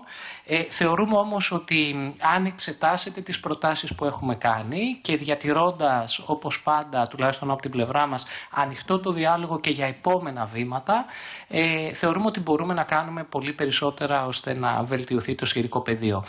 Να κάνω απλά και χτίζοντας αυτό που είπε η κυρία Μολφέση πριν, ότι και το ζητούμενο των εθελοντών που εμείς δεν αγγίξαμε είναι πολύ πολύ σημαντικό. Υπάρχουν κάποιες ενδείξεις ότι ανταποκρίνεται η ηγεσία του Υπουργείου ώστε να είναι κάτι το οποίο ναι μεν καταγράφει, αλλά από την άλλη δεν απαγορεύει, και για εμάς τον πυρήνα των τοποθετήσεών μας και η δικιά μας αγωνία είναι οτιδήποτε και αν διαμορφώνεται από το κράτος που πολύ συχνά είναι καλοπροαίρετο να μην δημιουργεί προβλήματα, έτσι οποιοσδήποτε πολίτης αυτού του κράτους να μπορεί να ενεργοποιείται υπέρ των κακών κειμένων που έχουμε στην κοινωνία μας. Ευχαριστώ. Ευχαριστούμε κύριε Πετρόπουλε. Και περνάμε στον κύριο Σπυρίδο Λαμαρίνη, πρόεδρο της Διδασκαλικής Ομοσπονδίας Ελλάδος. Ευχαριστώ πολύ κύριε Πρόεδρε. Εισαγωγικά θα θέλαμε να πούμε ότι το ζήτημα της κατάργησης των σχολικών επιτροπών που τουλάχιστον αυτή τη φορά μας δίνει τη δυνατότητα να το συζητήσουμε, γιατί η διάταξη του 23 πέρασε χωρίς καν να καταλάβουμε και να καταλάβει και ο κόσμος που πάει το πράγμα, για μας είναι κομβικής σημασίας, είναι τεράστιο θέμα. Γιατί γύρω από αυτό το ζήτημα, και παραλαμβάνω για μας δεν είναι διαχειριστικό, αναδεικνύεται το τεράστιο πρόβλημα που αφορά συνολικότερα τη χρηματοδότηση των δημόσιων σχολείων. Αυτό το θέμα αναδεικνύεται. Και εδώ έχουμε πάρα πολλά να πούμε. Και κατά την άποψή μας, αυτή τη στιγμή εμείς αντιλαμβανόμαστε ότι η επιδίωξη που υπάρχει μέσα από την κατάργηση των σχολικών επιτροπών είναι στην ουσία να κρυφτεί, να καλυφθεί, να συγκαλυφθεί και να χαθεί επί της ουσίας η διακριτή ευθύνη που έχει η κεντρική κυβέρνηση, το κράτος, να χρηματοδοτεί ενιαία, ομοιόμορφα όλα τα σχολεία όλης της χώρας, ανεξάρτητα από περιοχή, περιφέρεια, δήμο, και να διασφαλίζει το κατοχυρωμένο ακόμα και από το Σύνταγμα δικαίωμα στη δημόσια δωρεάν παιδεία για όλα τα παιδιά. Αυτό χάνεται. Βεβαίως θα μπορούσαμε να πούμε, ίσως δεν είναι τώρα η κατάλληλη ώρα, για τις ευθύνες που υπάρχουν και για το πόσο αρνητικά επέδρασε και από προηγούμενα χρόνια το πέρασμα σιγά σιγά τμήματων της δημόσιας εκπαίδευσης στην τοπική διοίκηση και μάλιστα χωρίς χρηματοδότηση και χωρίς προσωπικό. Δεν λέμε ότι όλα ήταν καλώς καμωμένα πριν. Αλλά εδώ, και αυτό θέλουμε όλοι όσοι μας ακούν να το καταλάβουν, γίνεται μία τομή. Επιχειρείται μία μεγάλη τομή. Και δεν το υπονόησα στην αρχική τοποθέτηση, το είπα ευθέως. Ευθέως. Ότι η στόχευση είναι η αποφασιστική μείωση της κρατικής χρηματοδότησης για την εκπαίδευση, και αυτό σχετίζεται και με γενικότερες στρατηγικές και πολιτικές επιλογές της κυβέρνησης, γιατί υπάρχουν χρήματα για άλλους τομείς και άλλες κατευθύνσεις, για τους λίγους, για τις φοροαπαλλαγές, για την πολεμική οικονομία και όλα τα άλλα, θα μπορούσαμε να πούμε πολλά. Και ταυτόχρονα, δεν το υπονοήσα αλλά το είπα ευθέως, ότι ένα κομμάτι των αναγκών λειτουργίας του σχολείου στην πράξη μεταφέρεται πρώτον στους ίδιους τους γονείς, που θα αναγκάζονται να βάζουν πολύ βαθιά το χέρι στην τσέπη, στους ίδιους τους εκπαιδευτικούς. Θα μπορούσα να σας πω πολλά, εκατοντάδες παραδείγματα για το τι βάζουν από την τσέπη τους οι συνάδελφοι καθημερινά για να μπορέσουν να κάνουν το μάθημά τους στην τάξη. Από ένα απλό χαρτί Α4, από χαρτική ύλη ή από άλλα πράγματα τα οποία είναι αναγκαία για την παιδαγωγική πράξη. Γιατί η χρηματοδότηση του σχολείου δεν είναι ένα στενά λογιστικό, οικονομικό, οικονομίστικο ζήτημα, αλλά αφορά την παιδαγωγική πράξη. Θέλετε μια παιδαγωγική διαδικασία μέσα στο σχολείο. Και φυσικά δεν το υπονόησα, αλλά το είπα με σαφήνεια, ότι ανοίγει ο δρόμος για την είσοδο χορηγών ιδιωτών μέσα στη δημόσια εκπαίδευση, όχι με το αζημίωτο ούτε για την ψυχή της μάνας, να το πω έτσι, και δημιουργούν τη σχολεία πάρα πολλών ταχυτήτων. Μία πλευρά αυτής της επιλογής είναι τα ονάσια σχολεία, η γενίκευση των πρότυπων και πειραματικών σχολείων, η μεταφορά βασικών αναγκών λειτουργίας της εκπαίδευσης, κάλυψης αναγκών μεταφέρεται στους ιδιώτες. Έγινε πολύ μεγάλη συζήτηση για το πρόγραμμα Μαριέτα Γιαννάκου, για παράδειγμα, που αφορά τα ζητήματα της υποδομής των κτηρίων. Ένα πρόγραμμα το οποίο πάρα πολύ διαφημίστηκε, αλλά ήταν πιο μεγάλες οι ταμπέλες που μπήκαν στα σχολεία από τα πραγματικά προβλήματα που λύθηκαν, κυρίως μέσα από εξωτερικές εργασίες και ανακαινήσεις. Λοιπόν, βεβαίως κύριε, θα τα λέμε όπως είναι. Όχι, εντάξει. Θα τα λέμε όπως είναι. Από εκεί και πέρα, και για να ολοκληρώνω κύριε Πρόεδρε, βεβαίως υπάρχει στόχευση. Είναι ξεκάθαρο για μας. Και επίσης, γιατί πολλές φορές ακόμα από τους κυβερνώντες να μιλάνε για την αποτίμηση, για την αξιολόγηση, για το πεδίο. Εμείς είμαστε άνθρωποι του πεδίου. Και αυτά που λέμε δεν είναι θεωρίες, αλλά είναι αντανάκλαση και εικόνα από την καθημερινή πραγματικότητα. Και μπορώ να σας βεβαιώνω ότι αυτά που μας μεταφέρονται κάθε μέρα από τους διευθυντές των σχολείων, από τους συναδέλφους, από τους γονείς, είναι πολύ χειρότερα. Για παράδειγμα, υπόθηκε, γιατί αφορά τη χρηματοδότηση του σχολείου, τα προγράμματα που αφορούν τους στατικούς ελέγχους και τους αντισυσμικούς ελέγχους. Σας ενημερώνω ότι η ανακοίνωση αυτού του προγράμματος, του ΑΣΠ δηλαδή και του Τεχνικού Επιμελητηρίου, έγινε από τον κύριο Λέκα σε ημερίδα της Διδασκαλικής Ομοσπονδίας πριν 3 χρόνια περίπου. Γιατί έχουμε σταθερή ανασχόληση με αυτά τα ζητήματα, γιατί μπαίνοντας μέσα στο σχολείο θέλουμε να νιώθουμε και την αντίστοιχη ασφάλεια. Ζητάμε, έστω και σήμερα, μία ενημέρωση. Εμείς δεν έχουμε καταφέρει να έχουμε ένα συγκεντρωτικό στοιχείο πόσο αυτή η διαδικασία μετά από 3 χρόνια έχει προχωρήσει. Σας ενημερώνω ότι είναι πολύ λίγα τα σχολεία που έχει ήδη πραγματοποιηθεί ο πρωτοβάθμιος έλεγχος. Γιατί μιλάμε για πρωτοβάθμιο έλεγχο. Γιατί αν εντοπιστούν προβλήματα πρέπει να μπουν στο δευτεροβάθμιο έλεγχο και πάει λέγοντας. Άρα κάθε πολιτική που εξαγγέλλεται πρέπει να έχει ένα αποτύπωμα συγκεκριμένο. Και εδώ είναι το θέμα της χρηματοδότησης. Και εδώ, κοιτάξτε, υπάρχουν ευθύνες που πάνε και χρόνια πίσω. Για παράδειγμα, το 2008 η χρηματοδότηση από το κράτος για τις ανάγκες των σχολικών μονάδων ήταν 158 εκατομμύρια ευρώ. Το 2024 που έχω διαθέσιμα στοιχεία, αυτή η χρηματοδότηση ήταν 140 εκατομμύρια ευρώ και πέρασαν πάρα πολλές κυβερνήσεις όλα αυτά τα χρόνια, την ίδια περίοδο που τα βασικά κοστολόγια αυξήθηκαν τουλάχιστον κατά 60%. Δηλαδή με λιγότερα χρήματα έρχονται οι σχολικές μονάδες να αντιμετωπίσουν πολύ μεγαλύτερες ανάγκες. Σας λέω μόνο ότι το πετρέλαιο το 2008 είχε 70 λεπτά και τώρα έχει ένα 20, ένα 15. Άρα εκεί είναι το μεγάλο πρόβλημα και βεβαίως, απαντώντας, θα δημιουργηθούν τεράστια προβλήματα στην πράξη και τα ανέφερα. Τεράστια προβλήματα. Τα πραγματικά διαθέσιμα για κάθε σχολείο θα μειωθούν πάρα πολύ. Υπάρχουν σχολικές μονάδες, μπορώ να σας πω και ονομαστικά, που με την προηγούμενη κατάσταση διαχειρίζονταν 2, 3, 5.000 ευρώ και σήμερα τα πραγματικά χρήματα που φτάνουν δεν ξεπερνάνε τα 1.000 ευρώ.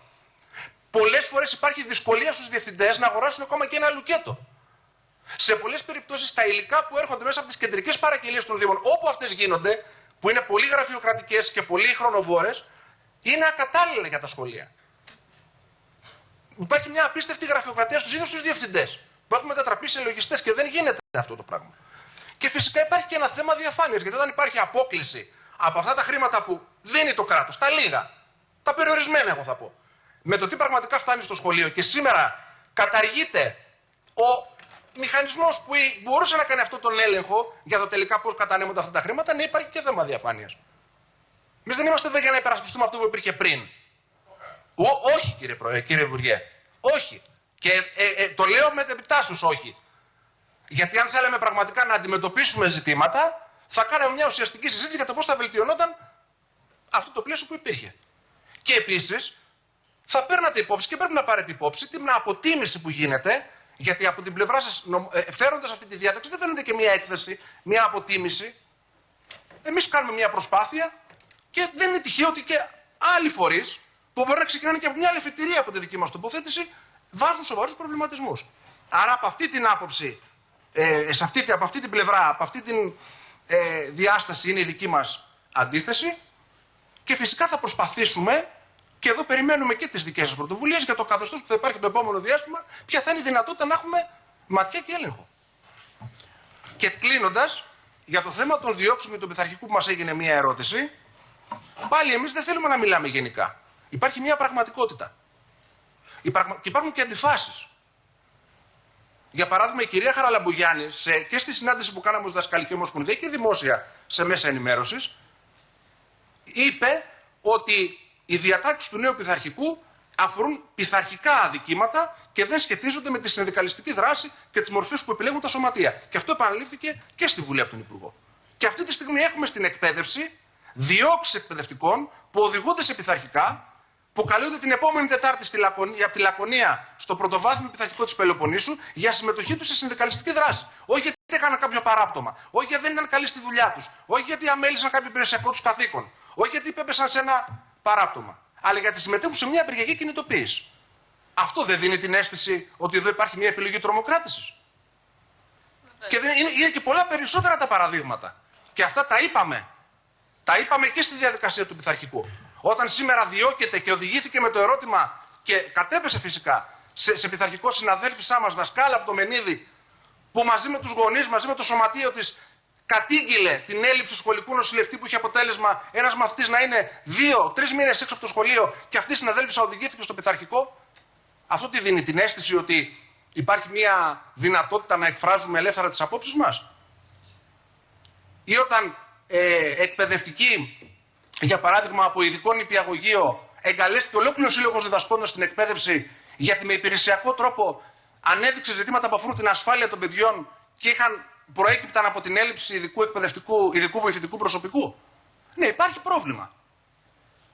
Γι' αυτό ξαναλέμε. Κύριε Μαρίνο, μπορείτε και ολοκληρώνω αυτό. Υπάρχει πρόβλημα. Να σας πω ένα ακόμα πρόβλημα που αφορά την τεράστια ανασφάλεια που νιώθουν οι εκπαιδευτικοί. Και δεν το αντιμετωπίζει η κυβέρνηση. Ενώ το έχουμε θέσει πάρα πολλές φορές. Και στο Υπουργείο Παιδείας και στο Υπουργείο Εσωτερικών. Δεν μπορεί με μια καταγγελία που γίνεται, συκοφαντική ή όχι, να υπάρχουν συλλήψεις εκπαιδευτικών μέσα στις σχολικές μονάδες. Και είχαμε πάλι τέτοιο περιστατικό, το οποίο θα μπορούσε να λυθεί με νομοθετική διάταξη. Άρα υπάρχει τεράστιο θέμα. Και από αυτή την άποψη, εγώ θέλω να το ξαναπώ. Ότι η αφετηρία μας είναι η υπεράσπιση των μορφωτικών δικαιωμάτων των παιδιών. Η απέτηση μας είναι να μπορούμε να εργαζόμαστε σε ένα πλαίσιο ανθρώπινο που θα μας εξασφαλίζει μια αξιοπρέπεια, γιατί αλλιώς παιδαγωγική πράξη δεν μπορεί να γίνει, και έστω και τώρα ζητάμε να σταματήσουν οι άδικες διώξεις και η στοχοποίηση των εκπαιδευτικών. Είναι το ελάχιστο. Ευχαριστώ πολύ, κύριε Πρόεδρε. Ευχαριστούμε, κύριε Μαρίνη. Και κλείνουμε με την κυρία Ευαγγελία Πλατανιά, την πρόεδρο της Ανώτατης Ομοσπονδίας Γονέων Μαθητών Ελλάδος. Έχει το λόγο. Δεν είναι, νομίζουμε, καθόλου τυχαίο το γεγονός ότι οι άμεσα ενδιαφερόμενοι φορείς, δηλαδή οι γονείς, οι εκπαιδευτικοί, θα πρόσθετα στη δευτεροβάθμια εκπαίδευση και οι μαθητές, με τους οποίους έχουμε συναντηθεί αρκετές φορές σε κινητοποιήσεις. Σε αυτή την περίπτωση τίθεται όλοι ενάντια στην κατάργηση των σχολικών επιτροπών, όπως το έκαναν και το 2023. Βέβαια, νομίζω ότι είναι φανερό ότι όταν συζητάμε για νόμους, για κυβερνητικές ρυθμίσεις, το ζήτημα δεν είναι το ενδιαφέρον, αλλά είναι η πολιτική οπτική, η πολιτική στόχευση, η πολιτική κατεύθυνση. Και συγχωρήστε μου λίγο το προσωπικό τόνο, αλλά ήμουν μαθήτρια, στην πορεία φοιτήτρια, τώρα γονιός και πρόεδρος της Ομοσπονδίας, και αυτή η πολιτική οπτική δεν έχει αλλάξει. Στις μέρες μου το λέγανε αποκέντρωση. Τώρα το λένε αυτονομία της σχολικής μονάδας. Ας έρθουμε όμως στην τελευταία, σε αυτή την κυβέρνηση, ενώ αυτή και την προηγούμενη. Το 2020 η κυρία Κεραμέως ως Υπουργός Παιδείας τότε φέρνει αυτό το νόμο που ορίζει περί αυτόνομου σχολείου, που δίνει τη δυνατότητα να μπαίνουν χορηγοί στα σχολεία, να χρηματοδοτούνται δηλαδή με χορηγίες πλευρές της λειτουργίας των σχολείων, και βέβαια αυτό προϋποθέτει ότι το κράτος σιγά σιγά αποσύρεται από την ευθύνη του στην χρηματοδότηση. Το 2023 το ίδιο πρόσωπο με άλλη ιδιότητα, αυτή τη φορά ως Υπουργός Εσωτερικών, φέρνει το νόμο για την κατάργηση των σχολικών επιτροπών, αφήνοντας το κενό για τους Δήμους με τα πάνω από 100 σχολικές μονάδες. Στην πραγματικότητα τι γίνεται? Γίνεται πάρα πολύ δύσκολη η δυνατότητα κάλυψης των καθημερινών και επίγουσων αναγκών του σχολείου, στην καθημερινή δηλαδή πρακτική, στην παιδαγωγική λειτουργία. Αν θέλετε παραδείγματα να αναφέρω ορισμένα, αν και νομίζω είναι γνωστά ή θα έπρεπε να είναι γνωστά. Ελλείψεις σε χαρτί υγείας, ελλείψεις σε όλη την ύλη, χαρτιά, μαρκαδόρις, στυλό, μολύβια.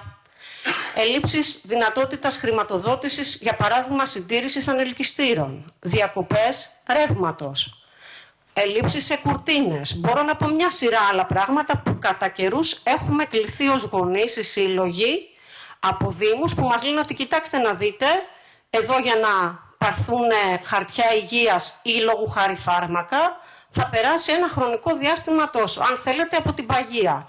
Η παγία είναι ελάχιστη, δεν μπορεί να καλύψει ανάγκες, οπότε ποια είναι η πρόταση προς τους συλλόγους? Βρε παιδιά, βάλτε τα εσείς να λυθεί το πρόβλημα, και βέβαια αντίστοιχα βρείτε αν υπάρχει καμιά επιχείρηση που μπορεί κάπως να χρηματοδοτήσει εδώ και να λυθεί το πρόβλημα. Μιλάμε δηλαδή για μια πολιτική στόχευση που ακριβώς έχει αυτό το στόχο, δηλαδή την απόσυρση του κράτους από τη χρηματοδότηση και την είσοδο των ιδιωτών, και σε αυτό υπάρχει συνέπεια. Και βέβαια ολοκληρώνεται αυτή η πράξη με την τωρινή κατάργηση των σχολικών επιτροπών και στους Δήμους με πάνω από 100 σχολικές μονάδες. Ήταν τα πράγματα καλύτερα πριν, όσο υπήρχαν σχολικές μονάδες, που ήταν το ερώτημα? Κοιτάξτε να δείτε, τα σχολεία διαχειριζόντουσαν περισσότερα χρήματα. Άρα, ναι, ας πούμε χαρτιά υγείας μπορεί τόσο συχνά να μην λείπανε στα σχολεία, ή χαρτική ύλη. Φυσικά τα προβλήματα ήταν εδώ και τότε.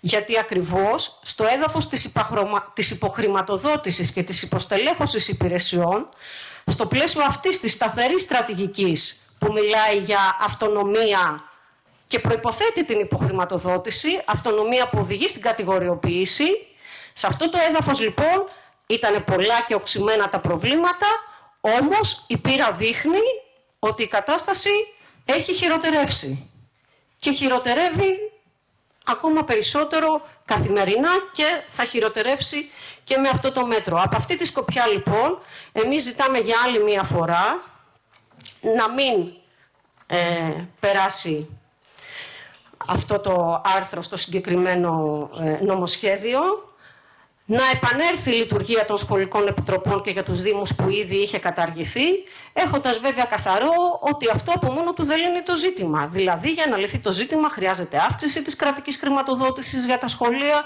χρειάζεται στελέχωση όλων των υπηρεσιών των απαιτούμενων των Δήμων που έχουν να κάνουν με τα σχολεία.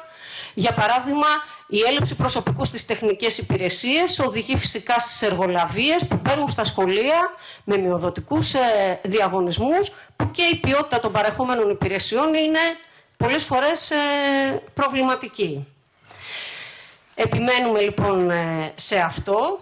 Αν τίθεται το ζήτημα της λογοδοσίας, είπε και ο εκπρόσωπος της ΔΟΕ στην αρχή, αυτό μπορεί να καλυφθεί με πρόσληψη της διαφάνειας και της λογοδοσίας. Αυτό μπορεί να καλυφθεί αν υπάρχει στελέχωση, πρόσληψη όλου του απαιτούμενου προσωπικού. Στο κάτω-κάτω, για ένα πρόβλημα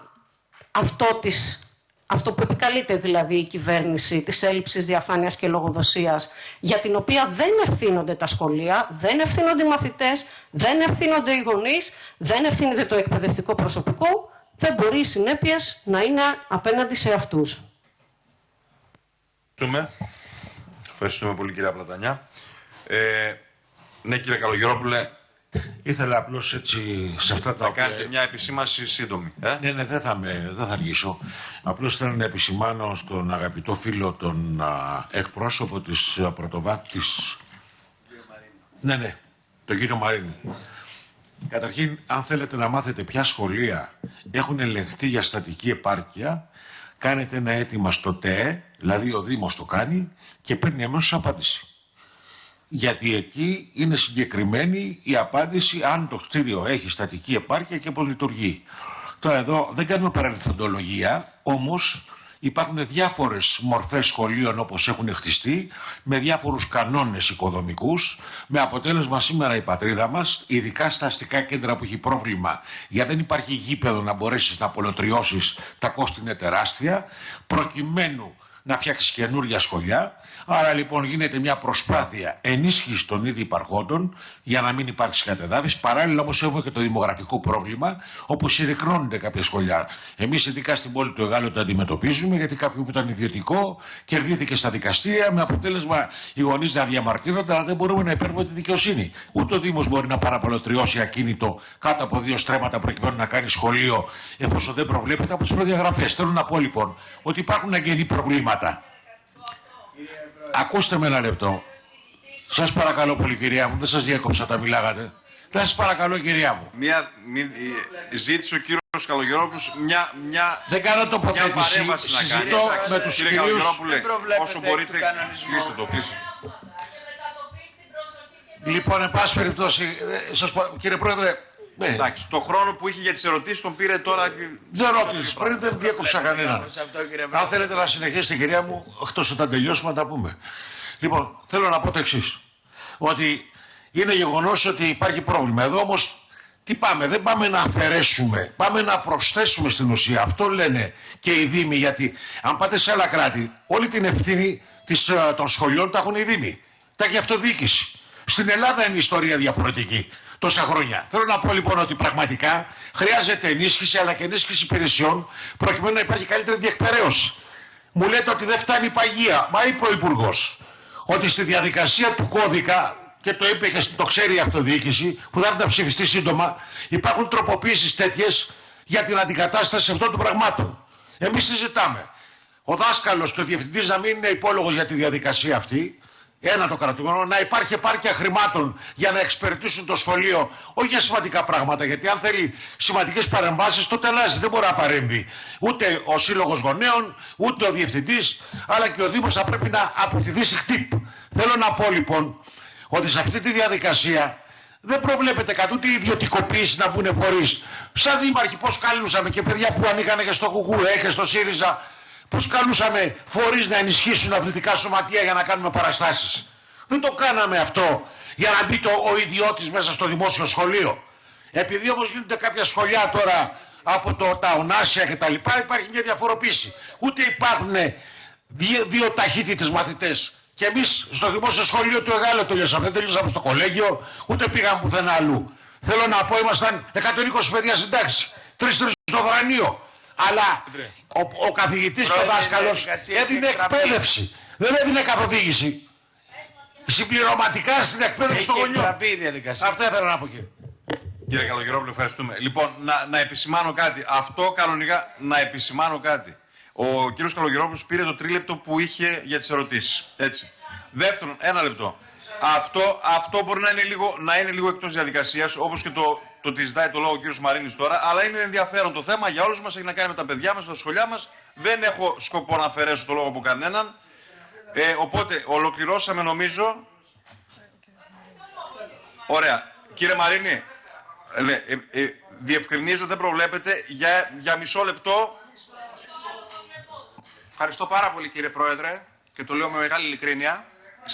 30 δεύτερα μόνο για 3 ζητήματα, ναι.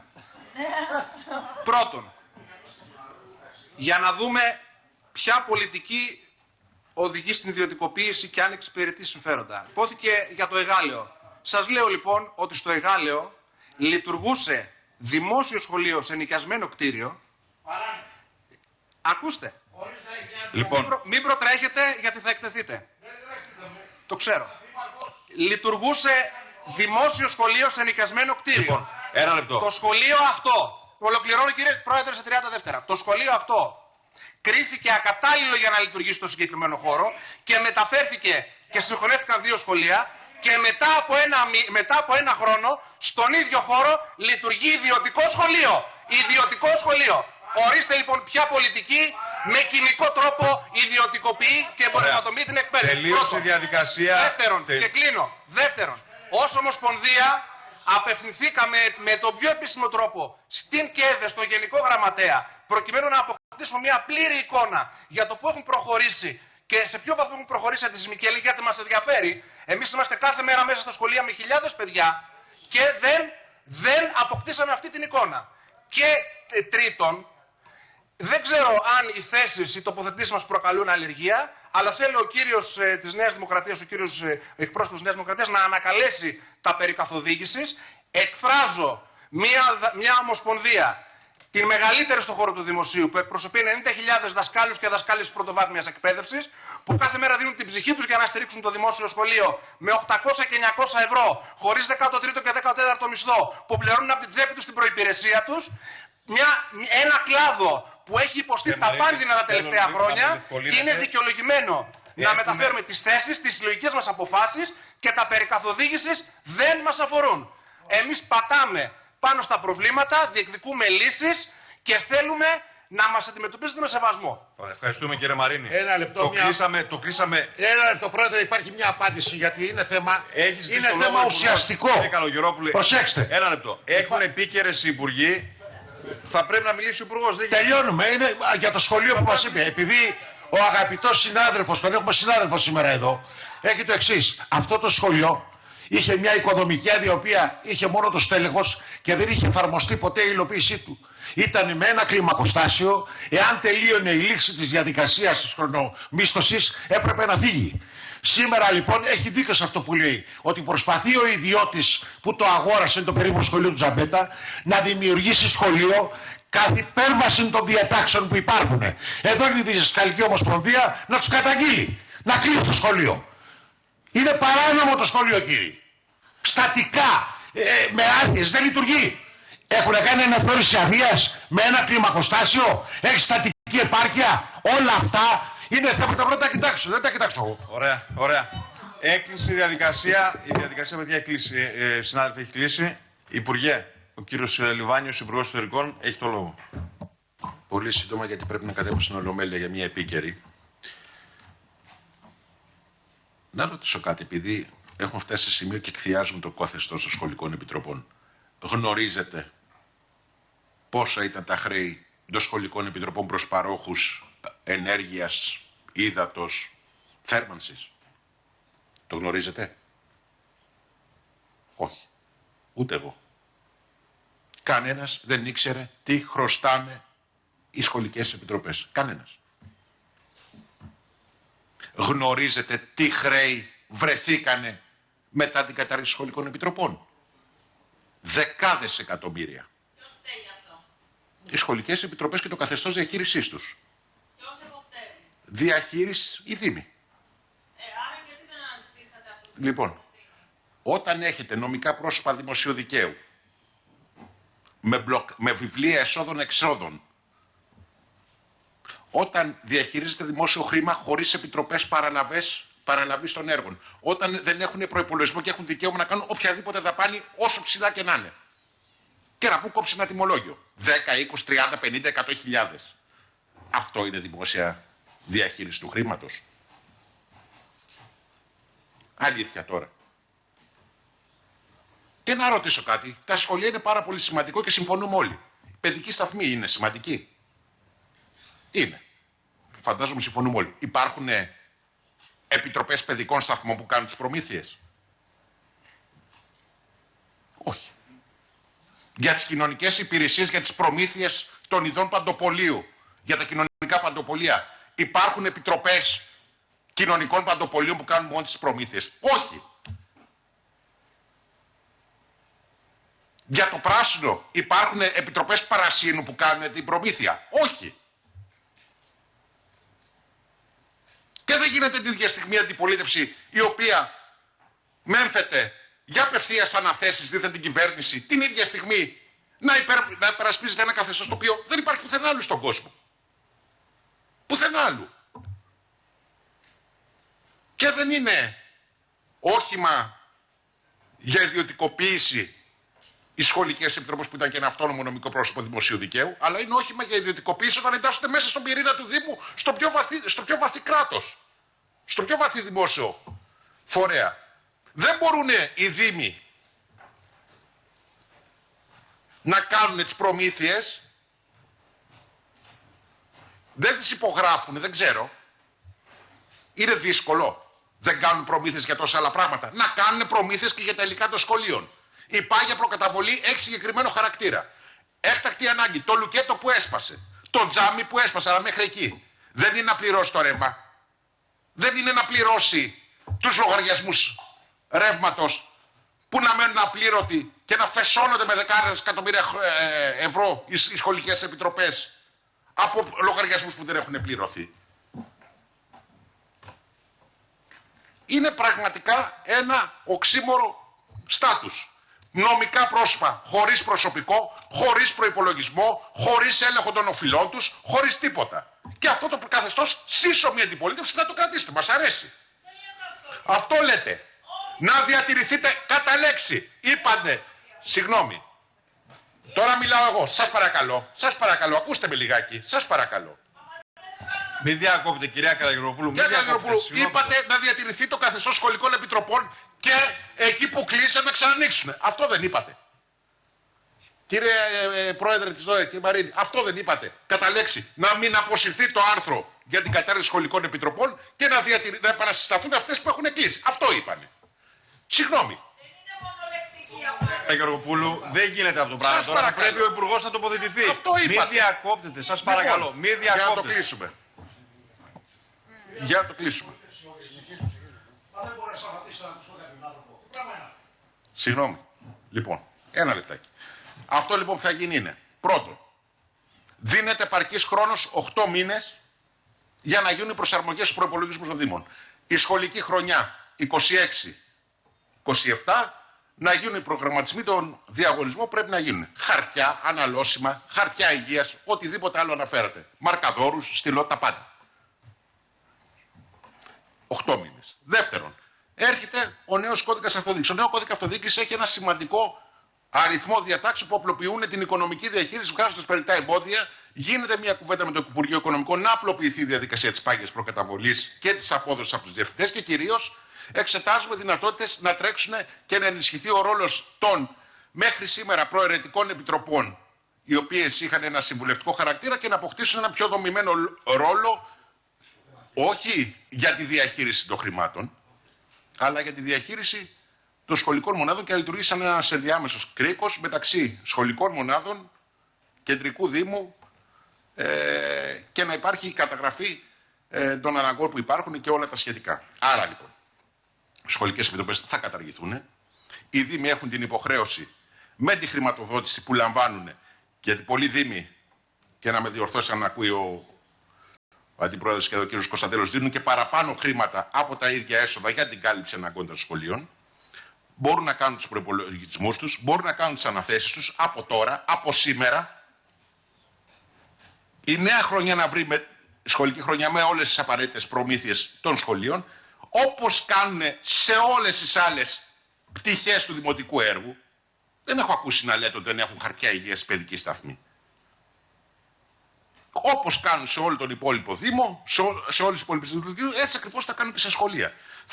Θα ξέρουμε ως δημόσιο και ως Δήμος πού οφείλουμε, σε ποιους οφείλουμε, να υπάρχει ο έλεγχος, να υπάρχει λογοδοσία του Δημοτικού Συμβουλίου, να υπάρχει λογοδοσία του Ελεκτικού Συνεδρίου. Ο έλεγχος του Ελεκτικού Συνεδρίου κατασταλτικός. Όλο αυτό το πλέγμα που διασφαλίζει το δημόσιο χρήμα, και φυσικά να δημιουργηθούν και απαραίτητες συνθήκες, να υπάρχουν επιτροπές παραλαβής των έργων, να υπάρχουν βεβαιώσεις πού δίνονται και πώς γίνονται, να γίνονται διαφανείς οι διαδικασίες μίσθωσης των κηλικίων, που ξέρετε όλοι από την εμπειρία σας τα προηγούμενα χρόνια τι γινόταν για τα κηλικία. Ήταν αυτά πράγματα τα οποία μας έκαναν υπερήφανους. Δεν πρέπει να φτιάξουμε σύγχρονες δομές, οι οποίες και θα εγγυώνται την διαφάνεια και την λογοδοσία και την ταχύτητα και την ευελιξία. Όχι όμως την ευελιξία ότι κάνω ό,τι θέλω όπως θέλω, γιατί αυτό νοείται στο λεξιλόγιο σε πολλές περιπτώσεις η λέξη ευελιξία. Δεν θέλουμε ευέλικτα σχήματα παράκαμψης των διατάξεων που υπάρχουν. Θέλουμε σχήματα για την μεγαλύτερη ικανότητα που υπάρχει να διαχειριζόμαστε σωστά και αποτελεσματικά το δημόσιο χρήμα. Επειδή πρέπει να κατέβω για την επίκαιρη, ένα ζήτημα μόνο θα πω ακόμα επιπλέον από αυτά που τέθηκαν. Ειδικά για τα ζώα συντροφιάς. Το Εθνικό Μητρό Ζώων Συντροφιάς δεν ήταν γραφειοκρατία. Ήταν η επίλυση πολλών σημαντικών ζητημάτων που είχαν προκύψει από πολύ απλά ερωτήματα που έχουν να κάνουν. Ποιοι είναι, για παράδειγμα, ποιες είναι, για παράδειγμα, οι φιλοζωικές οργανώσεις οι οποίες δραστηριοποιούνται στη χώρα, μέχρι το ποια είναι τα νόμιμως λειτουργούντα καταφύγια, πού είναι οι εγκαταστάσεις, ποιες ώρες μπορώ να επισκεφτώ, πού βρίσκονται ακριβώς, ποια είναι τα ζώα συντροφιάς, πόσα είναι σημασμένα, πόσα έχω χρεωμένα εντός εισαγωγικών ως κηδεμόνας κάτω από τα ΦΥΜΠΙΜ. Όλο αυτό το κομμάτι λοιπόν, το οποίο έχει βελτιωθεί, και αυτό θα βελτιωθεί και ακόμα παραπέρα με ακόμα πιο ενεργό ρόλο από την Ειδική Γραμματεία Ζώων Συντροφιάς. Αυτά θα ήθελα να πω. Θα μου επιτρέψει πρέπει να κατέβω στην Ολομέλεια για επίκαιρη. Από εκεί και πέρα έχουμε και άλλες 2 συνεδρίες για να συζητήσουμε όλα τα θέματα που θα τεθούν. Ευχαριστώ. Ευχαριστούμε, Υπουργέ. Ευχαριστώ όλους τους φορείς για την παρουσία σας εδώ και για τη συνδρομή σας. Ανανεώνουμε το ραντεβού μας για τη Δευτέρα 4 η ώρα στην αίθουσα της Γερουσίας. Μία η ώρα. Στη μία.